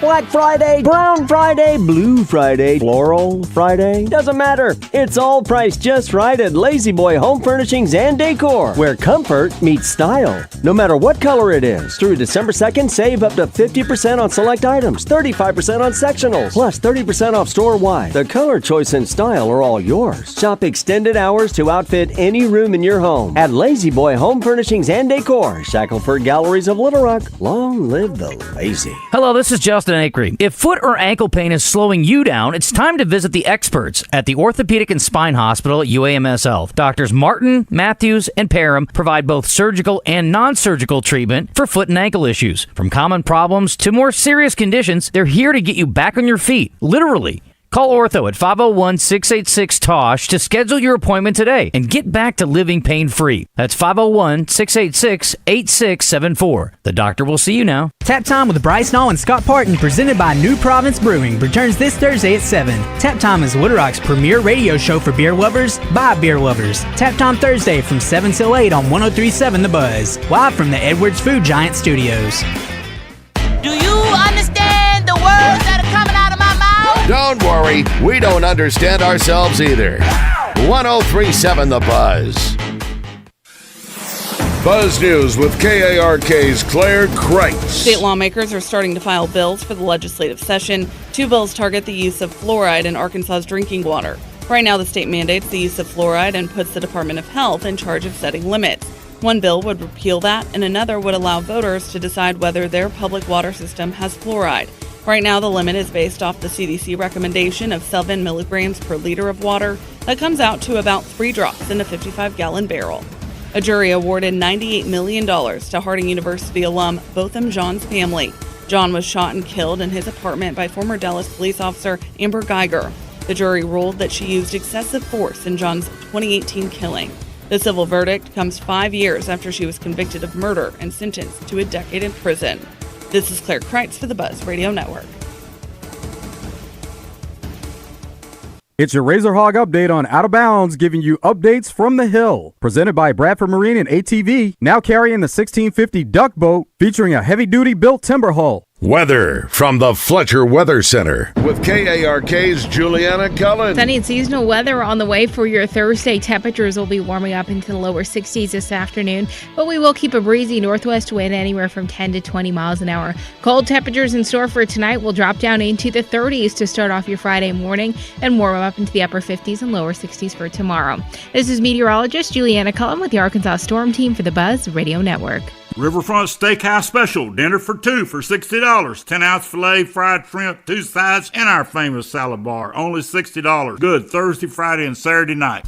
This is Trey Reed from the Wild Side, inviting you to join Mark Hedrick and me every Tuesday night at 7 here on The Buzz. Brought to you by Trader Bill's Outdoors, West Rock Landing, Edwards Food Giant, Battery Outfitters, All About Tire and Brake, and Tammy Chase Insurance. It's The Wild Side on 103.7 The Buzz. Are you dreaming of excitement and adventure? Hubbard Power Sports Can-Am and Sea-Doo of Russellville is the place to be. From the cost-effective and customizable Sea-Doo Switch pontoon boat to a one-of-a-kind Can-Am Spider, Hubbard Power Sports has what you're looking for. Looking for a Sea-Doo personal watercraft? Don't worry, we've got you covered there too. From a Can-Am Defender farm rig to the all-new 240 horsepower Can-Am Maverick R, we've got it all. With a large selection of Can-Am four-wheelers and side-by-side models in stock now. Stop by and see us in Russellville. Visit us at hubbardpowersports.com. Hi, everybody. Jay Leno here. You know, I love doing live stand-up comedy. No politics, no lectures. I'm not giving you my opinion on every issue of the day. Just nothing but jokes. So come by, check it out, and we'll have a lot of fun. Oh, it's clean, too. Jay Leno live on stage, Saturday, March 1st, Oak Lawn Event Center in Hot Springs. Tickets are on sale now at oaklawn.com. Jay Leno Live. Gambling problem? Call 1-800-522-4700. Come on by. Check out the show. This is David Dunn with Central Arkansas Truck and Trailer. Did you know that we also offer mobile diagnostic service and repair? Equipment broke down? The check engine light on? We will come to you with the latest computer software and expert technicians to repair your truck on the spot. If it does need to come to our shop, we will arrange to pick it up. Let Central Arkansas Truck and Trailer take care of all your service and repair needs at your place or ours. That's 501-568-2185. I gotta believe that if they'd had a Petit Jean ham at that first Thanksgiving, we'd now have an overpopulation of turkeys this time of year. We'd all be demanding that hickory smoked flavor of Petit Jean. We'd then have the perfect companion to Aunt Marge's sweet potato casserole.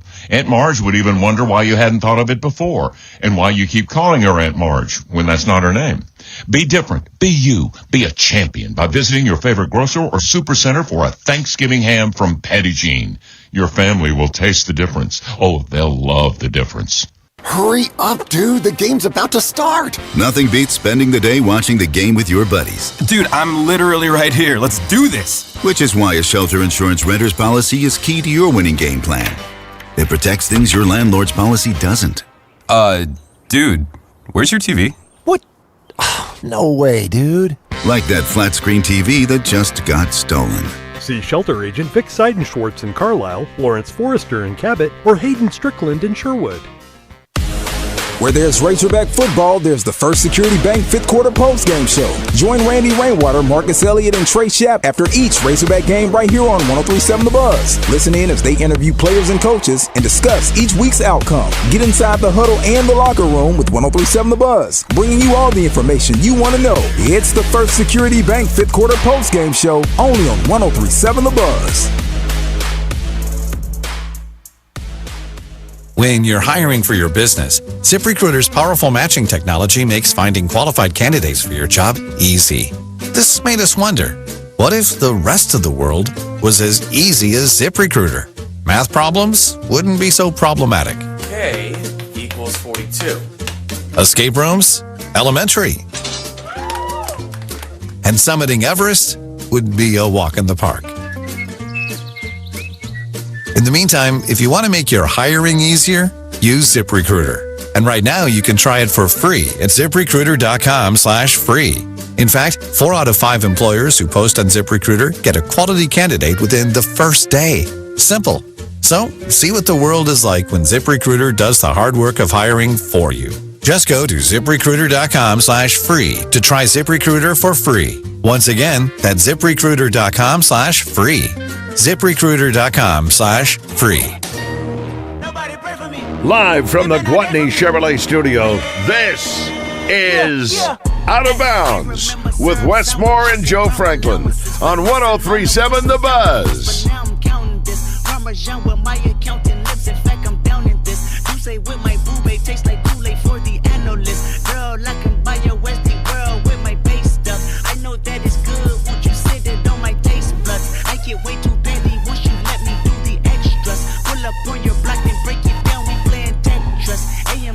Hour number 3. Let's go. Let's finish this day off strong. Good show. Had a lot of fun. Got a lot of calls. Still getting calls. Let's get to Jeff in Heber. What's up, Jeff? Hey, I've been listening to people complaining about Sam. My opinion is we got one of the best offensive coordinators and defensive coordinators. I don't think that's the problem. And I think Sam lets them coach. I mean, I feel like it's the money is the issue, but probably a lot of people are like me and we're not contributing. But so what's the solution? I'll listen. Yeah, Jeff, I'll shout it and keep shouting it. Solutions to increase the NIL fund. You got to find a way to get more money to go out and get more players. It's as simple as that. And I think all you have to do is look across the state at Ole Miss.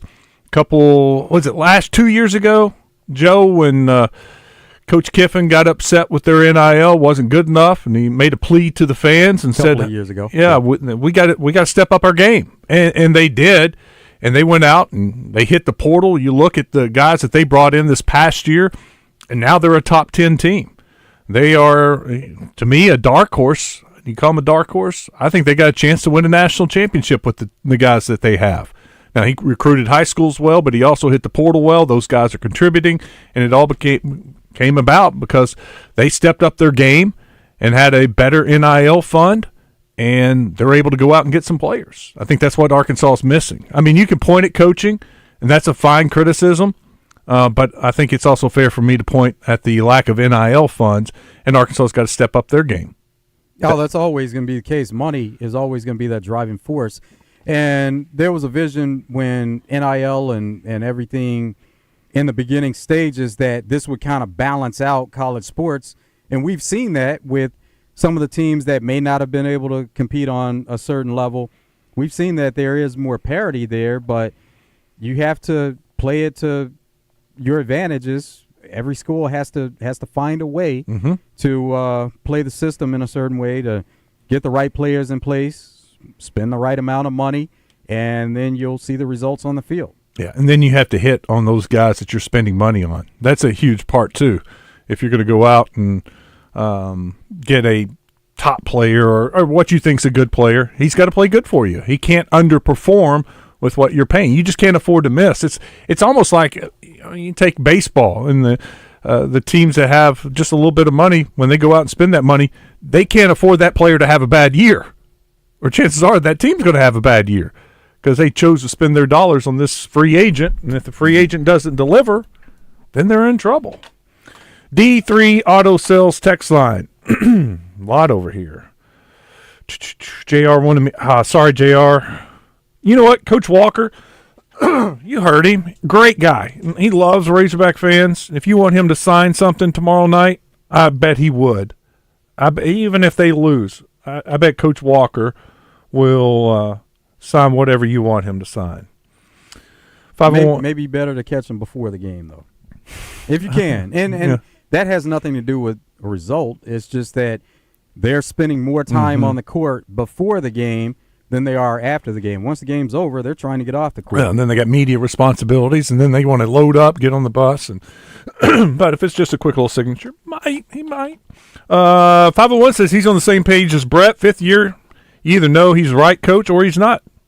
Set your expectations higher, Wes. instead of going with the loser mentality of most Hog fans, satisfied with mediocrity. I'm not satisfied with mediocrity, and I have no problem with high expectations because I do think it pushes the program along, but I also see the writing on the wall, and there's no need to be yelling and screaming about a coach and firing a coach and putting up a billboard to fire a coach, because that doesn't do the program any good, because I don't see it happening this year. And a lot of it does have to do with finances, and a lot of it has to do with the uncertainty of the future of the NCAA and these colleges and the money that they're going to have to spend on the players, $24 million if this is once this is all settled. So they've honestly got a lot of issues that they're dealing with financially. And then you want to throw on top firing a coach, paying him off, bringing in a new coach, paying that coach. I just don't see it happening, so I'm not going to throw a big fit about it. Can you require callers to have at least a junior high education and be sober? Last couple callers have been good. Laughing Larry wanted to tell everybody I'm a Razorback for fan regardless. Hey, fans are passionate. We get it. DK says Brett Bielema's record in 2013. Oh, it's his record. 29-34. 3-10, 18, 25, 22. I'm checking your math. 10, 18, 25, 29, and 34. 12, 19, 23, 28, and 30. Indicates season not completed. Oh, I see what you say. Very similar records. Bielema with a better winning percentage. That's exactly the tweet that I saw yesterday. And it compared all the coaches. Like Petrino had the best winning percentage, and we're talking since SEC play. And then it was Houston Nutt. And then it was, I can't remember which coach it was. And then Coach Bielema, or Coach Pittman, then Bielema, and then some others that we don't talk about. Not a great winning percentage. No, but 28-30 has a chance to win his last two games. If he does, they'd be 30-30 after 5 seasons. Anyway, he goes on to write, what do you see? A proven head coach was fired, let go with a similar record, but a position coach with no coaching experience is going to be retained. Makes sense, okay? Well, you got to also look at the downfall of Bielema in that last year. That's what did it. The end of 16, you got to remember the circumstances and go back to 2016 and the disappointment of 2016, and then it rolled over into 2017, and 2017 was a complete disaster. They went 4-8, and it got to the point where there was nobody at the games. I mean, you had, what was it, the Missouri game at the end of the year? I mean, it was just empathy.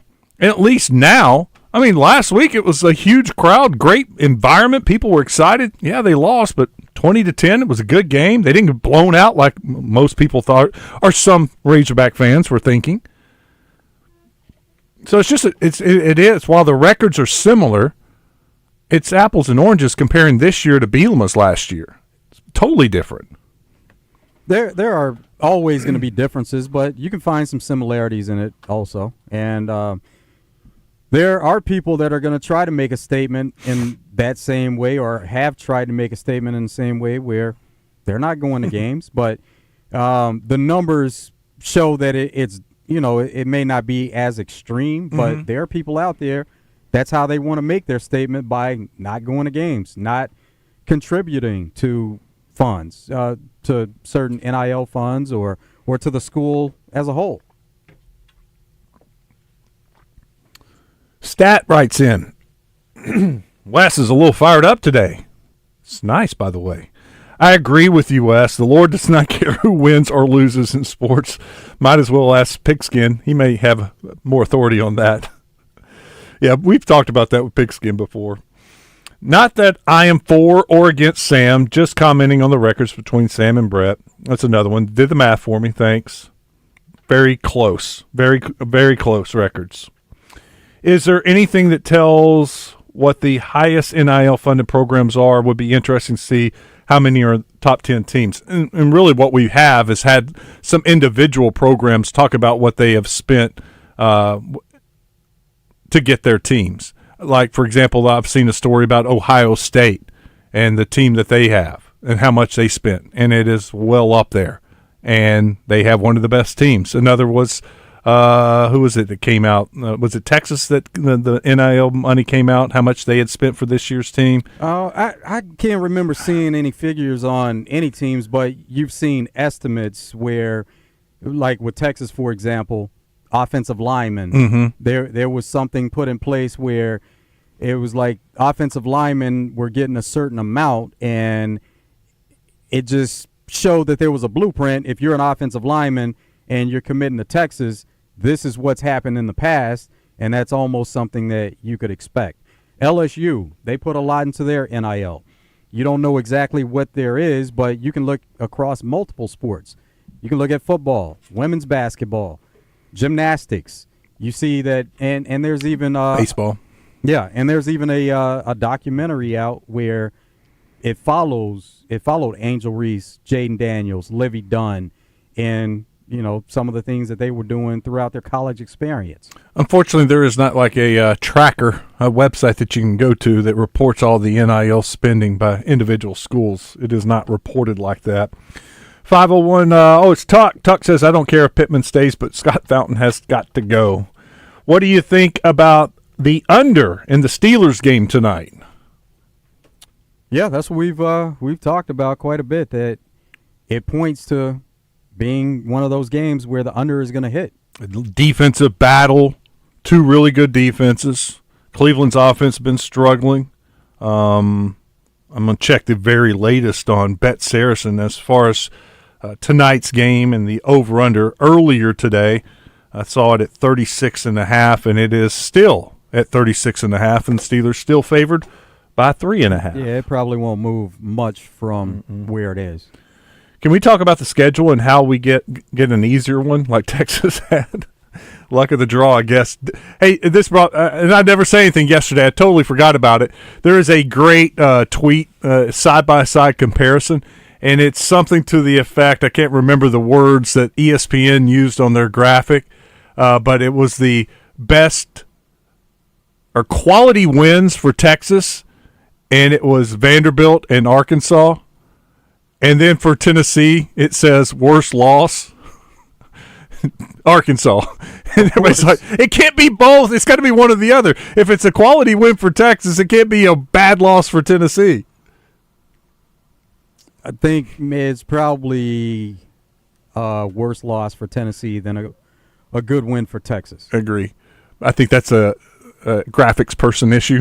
The graphics person just put in the wrong, kind of used the wrong terminology. 30 losses after 5 seasons is awful. Thank you for the response, 940. Yeah, Drew Morgan doesn't spit in the guy's face. Maybe they win the Belt Bowl. Why fire Pittman? He doesn't throw interceptions or fumble. 501 writes that in. They can't make and I'm sure they are, but gosh, you would think they would be making such a huge emphasis on taking care of the ball. It's happened time after time after time after time. Losses, they turn it over. They win, they take care of the ball. Surely they're preaching that. Michael is in Houston, Texas. What's up, Michael? Hey, man, how's it going? Good. It's good. Good. I've been listening to the show for a long time, but never really call in. But I think I've got a question for you guys. Okay. Sure. So I saw an interesting stat today. Arkansas has, 7 winning seasons in the SEC since arriving, and the last one was 2014 with Brett Bielema, I think. 5-3. You're exactly right. I saw that, too, on Twitter yesterday. It was just really eye-opening. Yeah, it kind of hurt to read. Yeah. And then also, I saw a list of, the buyouts and coaching salaries in the SEC. Sam Pittman's buyout is the lowest in the SEC. His salary is the lowest in the SEC. And, I mean, I know you keep saying, it's too much. We just spent so much on Calipari. Obviously, pump a bunch into baseball with facilities and everything we can do with that. It's almost like you're a checker, whoever in charge just doesn't care about throwing the money into football because, I feel like it's there if they wanted to. So what are your thoughts on that? Well, Michael, you remember where they got that money for Calipari, right? That didn't, yeah, they didn't come from the back pockets of the athletic fund. They had somebody step up and help them hire Calipari and help them fund Calipari and help fund the NIL. And he went to his buddies and said, "Hey, if I'm going to do this, I'm going to need you to do this too. I need you to step up, okay?" So you got to maybe find a donor who's passionate about a coach and say, "Hey, yeah, if you want him, we're going to need your help. We're going to help. You're going to need to help fund that salary." Because now the stat I saw, Pittman wasn't the lowest paid coach in the SEC. He was the 13th, I want to say, and I just knew it was towards the bottom. We can agree on that. But his buyout is, and the buyout too. I think it was 14th out of 16th, but still at the lower end. That's what they'll have to do. They'll have to find somebody to help them out. Buy it out, pay for that next head coach. Because certainly, if you're going to get rid of Pittman, you want to make a better hire that's going to cost you more money, and that money's got to come from somebody. Yeah, I agree, and I kind of get all the schematics of where the money's got to come from and stuff like that.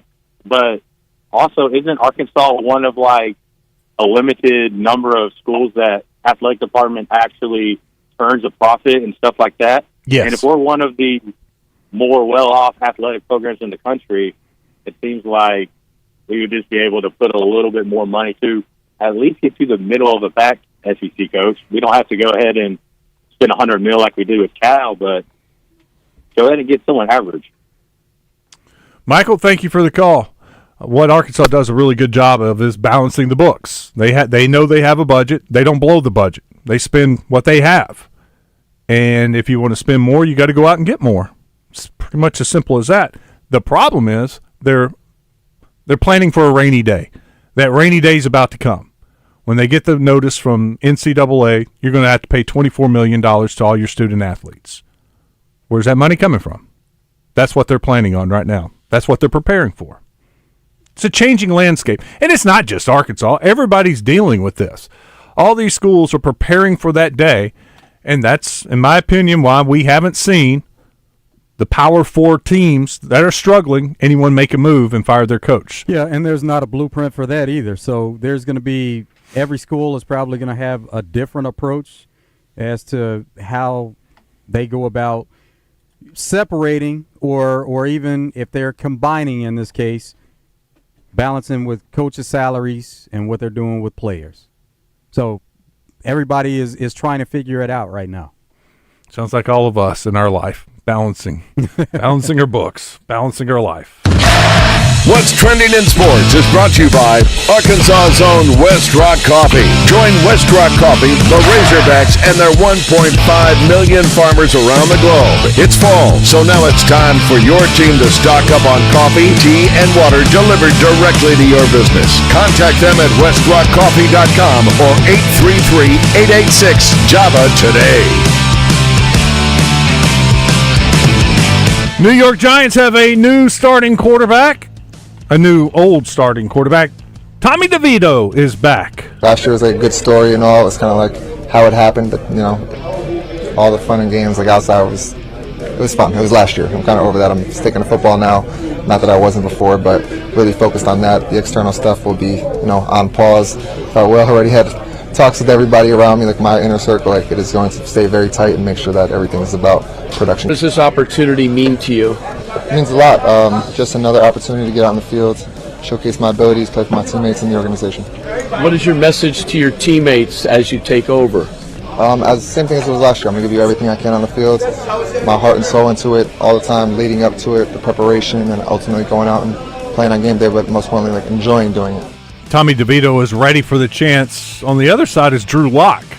Drew Lock is also a backup quarterback, and sure, he's disappointed. He's not the starting quarterback. Well, how do you not wonder? Sorry. The disparity was Drew Lock was the backup quarterback. So Tommy DeVito was always the emergency quarterback for this season. And then when this situation comes about, Tommy DeVito is named starter. So that's where Drew Lock is actually being questioned about. If he was the backup, why didn't the natural progression he move up into the starting position? How do you not wonder, well, why was I the number two the whole time then? Why wasn't he the number two then, if that's what you saw? Again, that's that's a question I might still have for myself. knows expressed to me that I was going to be the 2, and I don't know, it's just an interesting situation. Not much I can really say about it besides, again, I'm gonna be here for him, and we're still communicating, still very good friends, believe it or not. I'm gonna be here for him. This team needs to get a win, and we start winning, everything gets a little better around here. I'm surprised. I didn't want to say, I guess. Saw this tweet, favorited it. You want to know why Tommy DeVito's the starting quarterback? It's because Drew Lock has a big incentive-laced contract. Playing time, $250,000 incentive for 40%, 50%, 60%, 70% of the snaps. That is cumulative. Passing incentives, 92.5 passing rating, $250,000 bonus. 65% completion rate, $250,000 bonus. 88 passer rating plus 15 touchdowns, $250,000. 88 passer rating plus 2,000 yards passing, another $250,000. Team incentives that he can meet, if he gets 55 to 69% of the snaps plus a playoff berth, not happening, that would have been $500,000. 70% of the snaps in the playoff berth, $500,000, not happening. But you can see there are a lot of incentives in there that if Drew Lock was the quarterback, he could meet those incentives and make some more money. That's why Drew Lock is now the backup quarterback. Yeah, another factor there, more familiar with Tommy DeVito. Cam Hayward. There was a snake in the locker room? Yeah, this is something that Cowboys may have to watch out for when they play Commanders. It doesn't get any more dangerous than playing in Landover, Maryland at FedEx Field. Talk to me about the snake situation at that stadium. Bro, I don't even, I was coming in from the locker room and everybody was shocked. Like our PR person, Bert, he means well, but, he was up in the corner hiding. And, everybody's face was just stunned because they've never seen a snake in the locker room. You see Darnell Washington, he wants to eat the snake. And, there's a bunch of dudes all over the place acting different because of this damn snake. Hey, Samuel L. handled snakes on the plane. Oh, yeah. We needed him in that locker room. Yeah. But it crawled out of Russ's locker and then it crawled back into the hole? Yeah, and then they stuffed the hole, and I'm like, it still means the snake's still there. There's probably another way we can get around. So, I'm like, the problem is not solved in that moment. No, the problem we have kicked the can down the road with that one. It's snakes. Do snakes bother you? They can. Not necessarily, but yeah, I don't want to get too close to them.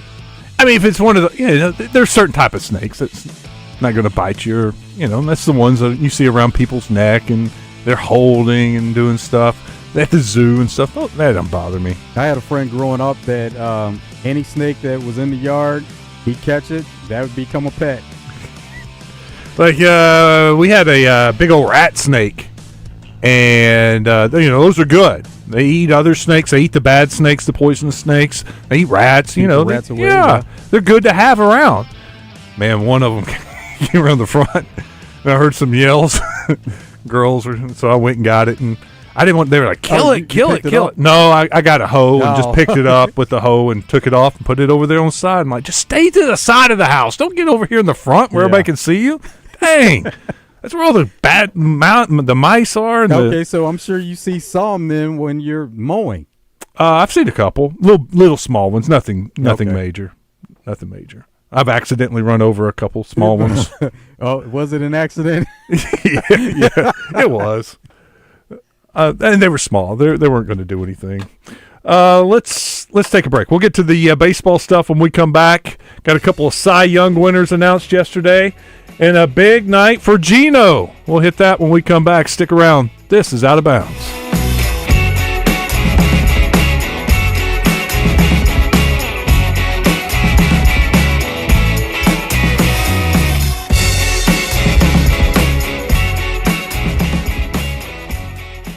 Listen each Friday during Drive Time Sports for the basketball insider in Arkansas. It's Pure Sweat Skills and Training's Bart Reed. Made possible by Martin Orthopedics with locations in Little Rock, North Little Rock, Cabot, and Hot Springs Village. Staffed with fellowship-trained orthopedic surgeons and sports medicine specialists. For more information on the web, go to martinortho.care.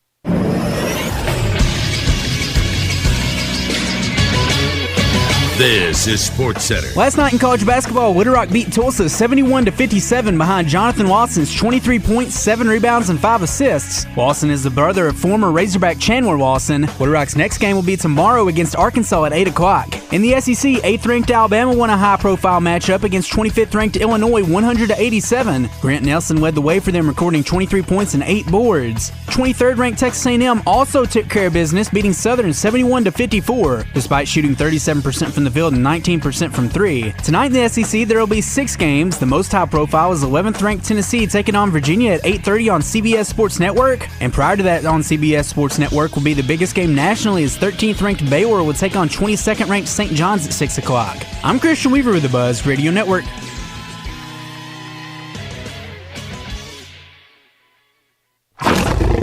Is your marriage over? Assets? Debts? Custody? For divorces, hire the Lions. There's no one better to protect your pride than our pride of Legal Lions. Exceptional communication and exceptional results in both the negotiating room and the courtroom. Lion Legal, the legal pride of Arkansas. Call 227-ROAR and Lion Legal will come roaring to the rescue. Whether it's the Razorbacks, the Bears, or the Red Wolves, we've got you covered. On Saturday, the Hogs host the Bulldogs of Louisiana Tech. Our coverage begins with the Hog Wild Game Day pregame show at 11 a.m. with kickoff at 3 p.m. on 103.7 The Buzz. UCA heads down to Tarleton State to take on the Texans. Pregame begins at 1 p.m. on the Point 94.1 with kickoff at 2. And Arkansas State hosts the Warhawks of Louisiana Monroe. Our coverage begins at 1:30 p.m. on 106.7 Buzz 2 with kickoff at 2 p.m. College football in Arkansas, we've got you covered. Black Friday, Brown Friday, Blue Friday, Floral Friday. Doesn't matter. It's all priced just right at Lazy Boy Home Furnishings and Decor, where comfort meets style. No matter what color it is. Through December 2nd, save up to 50% on select items, 35% on sectionals, plus 30% off store-wide. The color choice and style are all yours. Shop extended hours to outfit any room in your home at Lazy Boy Home Furnishings and Decor, Shackelford Galleries of Little Rock. Long live the lazy. This is the Pigskin Preacher bringing you the word.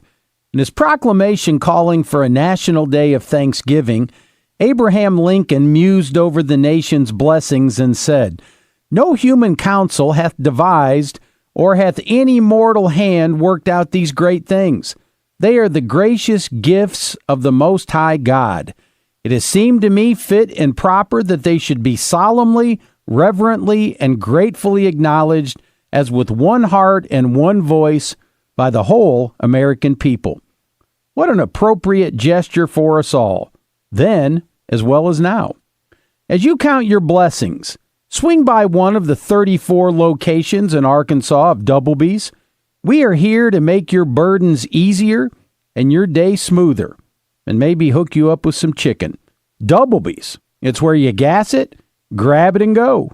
That's Doublebee's. I'm Scott Romine with Gwatney Buick GMC. We've been advertising on 103.7 The Buzz for over a decade, and I have personally worked with our sales rep, Hope Hankins, for 8 years. Hope keeps us up to date on Razorback and high school sports sponsorship opportunities. Gwatney Buick GMC has long benefited and enjoyed partnering with The Buzz. If you want to advertise your business on The Buzz, I recommend you call Hope Hankins at 501-773-7321.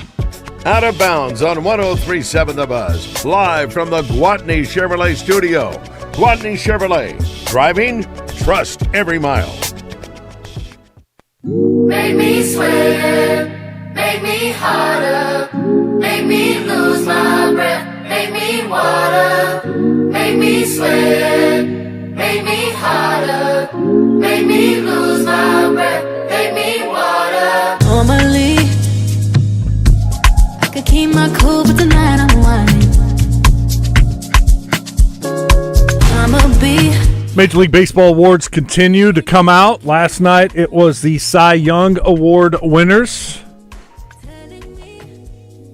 Skubal? Is that how you say it? Is it Skubal? Yeah, Tarek Skubal. Tarek Skubal. Tell I didn't watch a lot of baseball this year. Here he is on winning the AL Cy Young Award. It's pretty special. It all the hard work, all the stuff that goes on behind the scenes, moments like this make it extremely worth it. And to have the support system that I have and the people that are, right behind me, it means a lot to have those guys in my corner. So it means a lot. And in the National League, Chris Sale. It means a lot. It's a special night, obviously, having Maddox announce it, being the Atlanta guy, and I guess my family just found out. And then, having a guy I looked up to and early in my career and having Pete here, on the panel, it means a lot. So this is a special night. Yeah, I heard that scream. I was like, what is going on? He was in a different room, I guess, and they were watching it on TV, a little delay. Oh, yeah. And Gino. So Gino now has the most wins of anybody in college basketball? Yes. Yep. Men's, women's basketball, all-time wins. The world's changed so much, the game's changing. The role of coaches is changing. I don't know that coaches are going to want to be spending 40 years doing the same thing in the environment that they're doing it in now, or they're asked to do it in now. So I would hope that there's some young coach out there that thinks that they can do it. And there may be, but the environment is more challenging than it's ever been. People treat coaches with less respect than they ever have. So they're really up against it if that's their goal. Just to see the amount of players that were there, like the caliber of players that were there, that returned to see that moment for them. You could see just if you looked at great players throughout women's college basketball, they were all there. And they've gone on to have success WNBA and do some different things. But, the current team is in place, and they have some stars also. He's affected so many over the years. He's been coaching at UConn since '85. But even one of the former players didn't even realize that she played at UConn. She's a WNBA owner, and she played at UConn also. So, wow. Yeah, there's been a lot of success that have come and gone through those doors over the years through Gino Auriemma. It'll take a young coach that has a lot of success in his career and sticks around for a long time to pass him. And you just wonder, with the environment today, with everything that's going on with the portal and NIL, if guys can last that long. It takes a toll. And then the money, too, that they make. You get to a certain point, you've made so much money, it's like, do I need to even put up with this anymore? It's time. I put my time in. I worked hard. I got all these wins, championships, and all this money. Let's enjoy life now. So I wonder. I think he may be onto something. It's going to be difficult to pass him.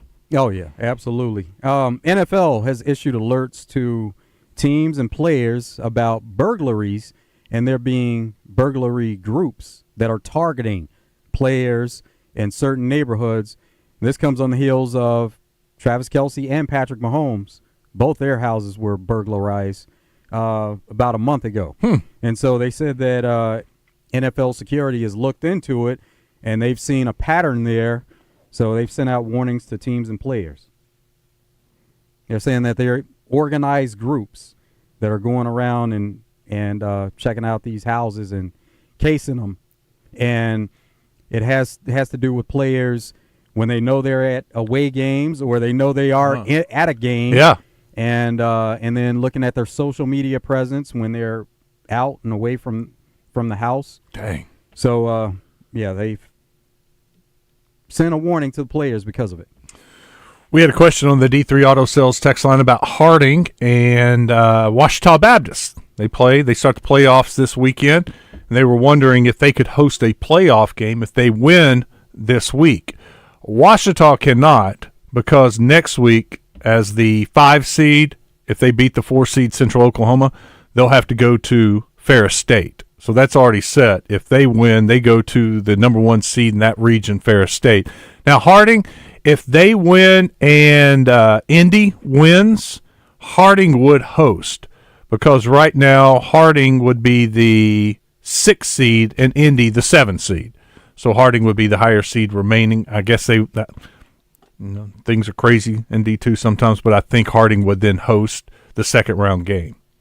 It's always good to host. Now, if Harding won that game or Indy won, and then Ouachita ended up knocking off Fair State, then the chance that Ouachita would be the highest remaining seed left and could host a game. But as far as next week, that's the scenario. Colorado, there's some speculation as to whether Travis Hunter would return or if he's going NFL Draft 2025. And he was asked about it by reporters on a call. He said that's definitely for sure. So he said he is going to enter the draft. And there are no questions about it. You heard it directly from him. And did you hear Colorado got one of the nation's top quarterbacks today? Yeah, decommitted from USC, and now he committed to Colorado. He's number 2 recruit overall in ESPN's 2025 top 300.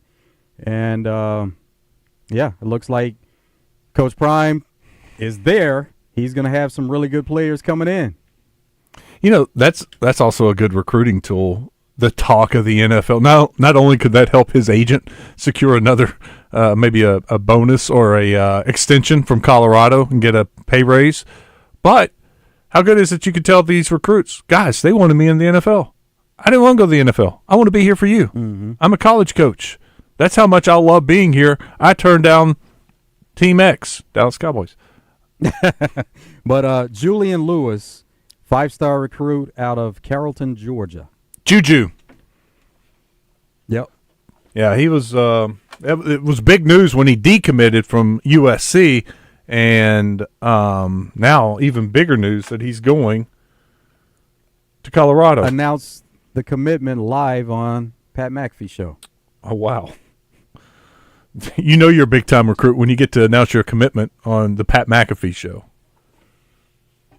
All right, here's one from the 501. We were talking about there have been I've seen individual stories. It's not like a database that shows the NIL, but there have been reporters who have written a story about the money that a team spends on NIL. And he says Texas is spending $21.5 million on their NIL. It says the next closest is LSU at $9 million, but I saw something on Ohio State. They were way up there. It was like, I want to say it was 12, 14 million or something like that for Ohio State. I would be surprised if LSU's the next closest to Texas at $9 million. When will we know which players are coming back next year and who is entering the transfer portal? Is there anything that guarantees Taylon Green will be back next year? I will be interested to see him progress with Petrino in year 2. Nothing is guaranteed. Yeah, nothing's guaranteed, but I would say if Petrino wants him back and Petrino got him here, he would do everything to keep him here. And I would expect Taylon Green to be back. But no, Joe was right. Nothing is guaranteed. We'll find out. Well, the portal guys, you'll start seeing that as soon as the season is over. And, well, the mass exodus of portal guys. And then you will find out probably that same week about some of the players who are deciding to come back. They'll start tweeting things out and making it known that they're coming back or going pro. Because Pittman said in his press conference he plans to meet with not next week, the week after Thanksgiving, the Monday after the Missouri game. He plans to meet with 6 juniors to let them know what their draft stock is and that he would like to have them back at the University of Arkansas and see if they couldn't work out an agreement. What's more likely, Deion Sanders being the head coach at Arkansas or the Cowboys? The Cowboys. The Cowboys.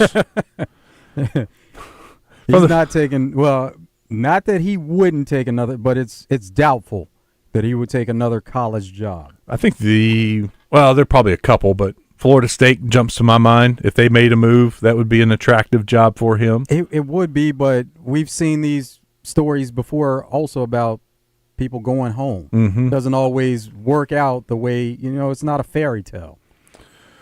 You'll like this, Joe, from the 501. I'm a lifelong Cowboys fan. Hang in there, buddy. So I'm saying that really I never cared for the Steelers until I found out after every win they donate money to veterans with debt. The Steelers organization believes the veterans should be taken care of like I do. So now I'm a Steelers fan, and I hope they win it all. Oh, yeah. I mean, that is nice, and it is a great gesture that they do. They're always – and NFL teams and NFL as a league in general – they're always looking to give back in some kind of way. And, players are generous with their time throughout the week. That's something that people don't necessarily see, but NFL players are off on Tuesdays, so a lot of times you'll see them make visits to hospitals on Tuesdays, and they're very sharing with their time. Is there a home run or a grand slam higher to take Pittman's place? I really don't think so. I think Sam is the best we got. Nick Saban would be a grand slam. Don't really see that one happen. I don't either, but is there a grand slam higher? Yeah. One more before we hit this break. From the 501. As long as the NIL remains the way it is, Arkansas will be middle to lower part of the SEC in football, regardless of who is coaching. The NIL has got to change and be controlled with caps or limits or what you can pay these kids. It is ridiculous that these kids can make more money than some NFL players. Yep, it's ridiculous, but it is what it is. I'll hit some more. Look, got 1, 2, 3. Got several more from the D3 Auto Sales text line. We'll wrap it up when we come back. Drive Time Sports is coming up next. We've got an NFL game tonight. Excited for that. Pittsburgh, Cleveland. There is an NFL game tonight, too. It's Georgia Tech and North Carolina State. Take a look at that on Bet Saracen when we come back. It's Out of Bounds.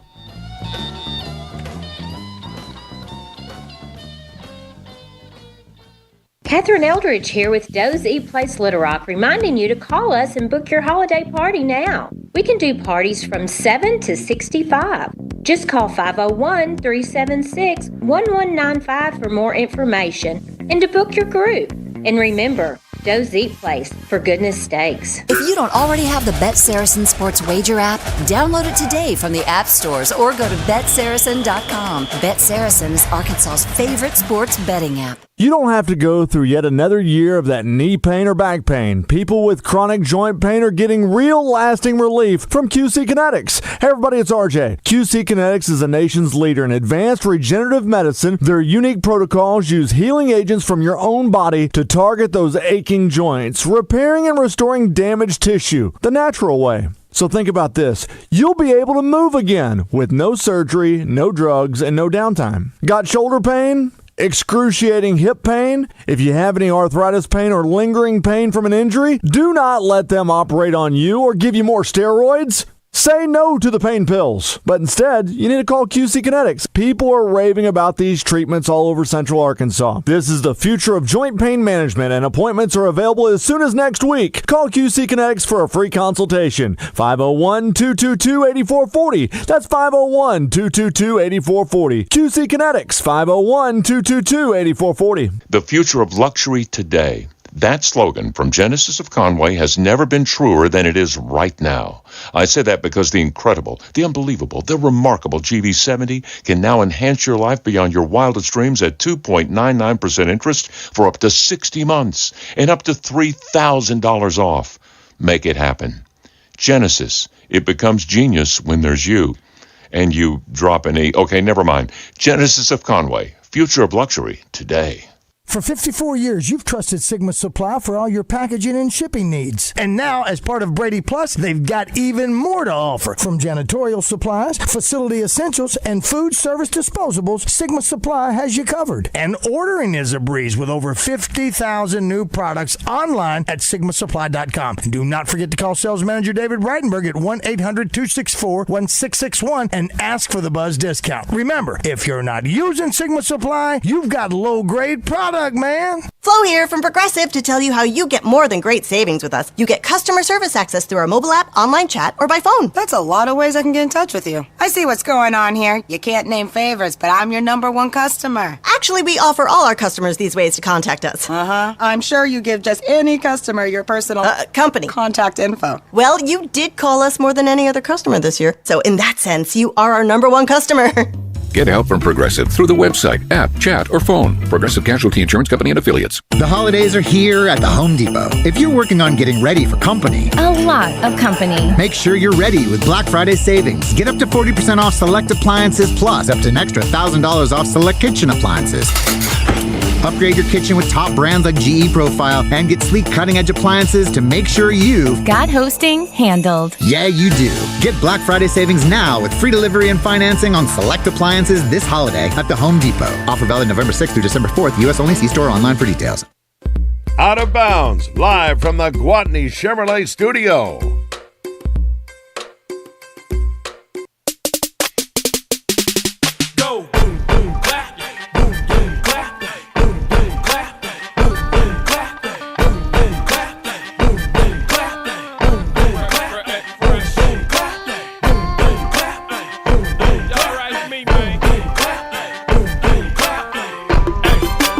Welcome back. It is Out of Bounds. Getting ready for a Thursday night football game. Pittsburgh and Cleveland on Prime. One college game, North Carolina State and Georgia Tech. Georgia Tech's at home. Favored by 9 on Bet Saracen. Over under 51.5. I had Georgia Tech. I was thinking 10. They win by 10. That's close. Probably stay away from it. Over-under seems about right. Nothing crazy there. Big G and Bryant says he's starting a 4-team parlay tonight. He's going to take Georgia Tech money line. I like that. Georgia Tech over 52 points. Oh, you got it at 52. Is that right? Yeah, I see 51.5. Okay, maybe. Friday, likes UTSA money line. Yep, they should win that game. They're playing Temple. Temple's not very good. And Michigan State money line. Michigan State's got Purdue. Yes, Purdue's not very good. I like that, Big G. Also, he likes Pittsburgh minus 3.5, even though folks are saying it could be a trap game. I keep hearing that. Oh, my God. Joe, when you hear trap game, doesn't that mean it's not a trap game anymore? Because everybody's saying it's a trap game. I don't like that term, especially with NFL games. Like, nothing is a trap game. You have to be prepared and ready for every opponent you step on the field for. Trap games, you hear about those more so college because you see like there's a big separation with certain teams, certain schools, but no, NFL or pro sports, you can't take anybody for granted. Especially a division game like this. And you've said it several times, it's a good rivalry game. So I'm not buying into the whole trap game for this one particularly. I do think there are times we've seen NFL teams, good NFL teams or bad or even average NFL teams not show up, and it looks like it was a trap game or they took somebody for granted. I wonder, and I'm looking right now, could the Chiefs look? The Chiefs had a huge game with the Bills, right? Hyped up, a lot of fun. This week they're playing Carolina, huge favorite. Next week the Chiefs host the Raiders. It's another good game. It's a divisional game. Raiders beat the Chiefs at home at Arrowhead last year. Could the Chiefs be kind of ho-humming it this week? No. No. I mean, I don't like the Panthers, but that could be a play. If anything, they got a sense of reality by losing the game, and they know that it could have been a 2-game losing streak based on what happened with game against Broncos, and they were able to come away with a win there. So, no, they're more focused now. Okay. Yeah, I buy that. Kurt and Bryant, yes. Now, but see, that doesn't mean that they couldn't lose a game. You wouldn't expect that it would happen against Panthers, but if they happen to lose, that's another thing you hate where it's like, okay, now they look past them. They're not looking past it. Sometimes you have to give credit to the other team. If the other team is able to put a game plan together, create some turnovers, and come away with a win where it didn't look likely that they were going to win that game, sometimes you have to give credit to that team. Tip your cap to the other team. Kurt Bryant says, I keep hearing we don't have enough NIL, but if we don't have any numbers, how can anyone say? Without numbers, it's nothing but hot air. I mean, just to the nearest million would be fine if we knew. It only hurts our recruiting to keep saying that without facts. Well, Kurt, we did have Hunter Yurachek come to the Little Rock Touchdown Club and gave us some facts. Gave us the numbers of the members of the Arkansas Edge and compared it to the numbers of the Ole Miss NIL fund, and it was not even close. So those facts, we do have that kind of facts. And I don't think Ole Miss would be the best NIL fund in the SEC. I bet it's up there. But I would say Georgia, Alabama, Texas, Texas A&M, LSU all have really good NIL funds too. But I think you can compare. Arkansas should be able to compare itself to Ole Miss and say, look, if Ole Miss is doing this, we need to be able to do this. Is there a way to turn off the recommended for you in the Saracen app? That's a great question for Neil tomorrow. I've seen it, and I asked him about it because last week was the first time I had seen it, and he said they just kind of unveiled it. But I will ask him that. And if you want to remind me tomorrow, that would be nice. What's y'all's thoughts on the whole 50-50 bill that was published today? I feel like making the universities responsible for it will make smaller schools shy away from it because of the cost. I have a lot of questions. I really don't have an opinion on it now because I need to learn more about it. I know RJ is the one who authored that bill that was presented today or filed today at the Capitol. But, yeah, I have questions about it because if the universities are going to run this 50-50 drawing, are they the ones that have to develop the app and do all the technology that's surrounding the app? If that is the case, I'm sure they would use an outside source to still help with it. And then that's going to take some cost, right? And that's going to hurt the NIL, the money that you're raising, right? Because there's going to be a cost going to. I don't know. I just have a bunch of questions, and I'm not educated to the point to give you a smart opinion on it.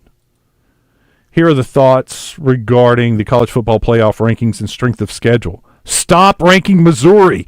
Did people just forget that Notre Dame lost to NIU? Genty and Hunter have both faced similar talent, contrary to many's belief. There's someone wanting to give a little love to Colorado and Boise State. Nick, have y'all heard any more about Saracen and the NIL deal? No, there's been no movement, Nick. There's nothing going on with it. Gruden would be a Grand Slam hire. I said Saban would be a Grand Slam hire. I moved on past Gruden. I'm ready to move on. He's past his head coaching prime. Wes, I think I have the NIL flu. I'm with you. It's not going away. That's the bad thing. At least with the flu, you can take some medicine and get better in a week. NIL flu, it's here, and it's here to stay.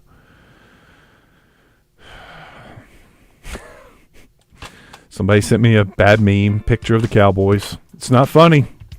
It's getting close to funny because... Well, what can you do at this point? Yeah, that's exactly besides it. find humor in it. Yes. Wes, pick your 2A football champ based on what you've seen so far. Carlisle. That's pretty easy. From what I've seen so far, Carlisle. They're the favorite. They're good. They can run it. They can throw it. Got some nice players. Carlisle's at home this week against Junction City. That's another rematch from earlier in this season. That was a big game for Carlisle earlier this year when they knocked off Junction City. If they win that game, they'll either host Des Arc or go to Conway Christian. Other side of the bracket, Murfreesboro, they're good. Mount Ida, EPC, and Bigelow. I'll go with Carlisle right now. That's it for today. Great show. Thanks for all the calls. Stick around. Drive Time Sports is next. Hey, Arkansas, Montana.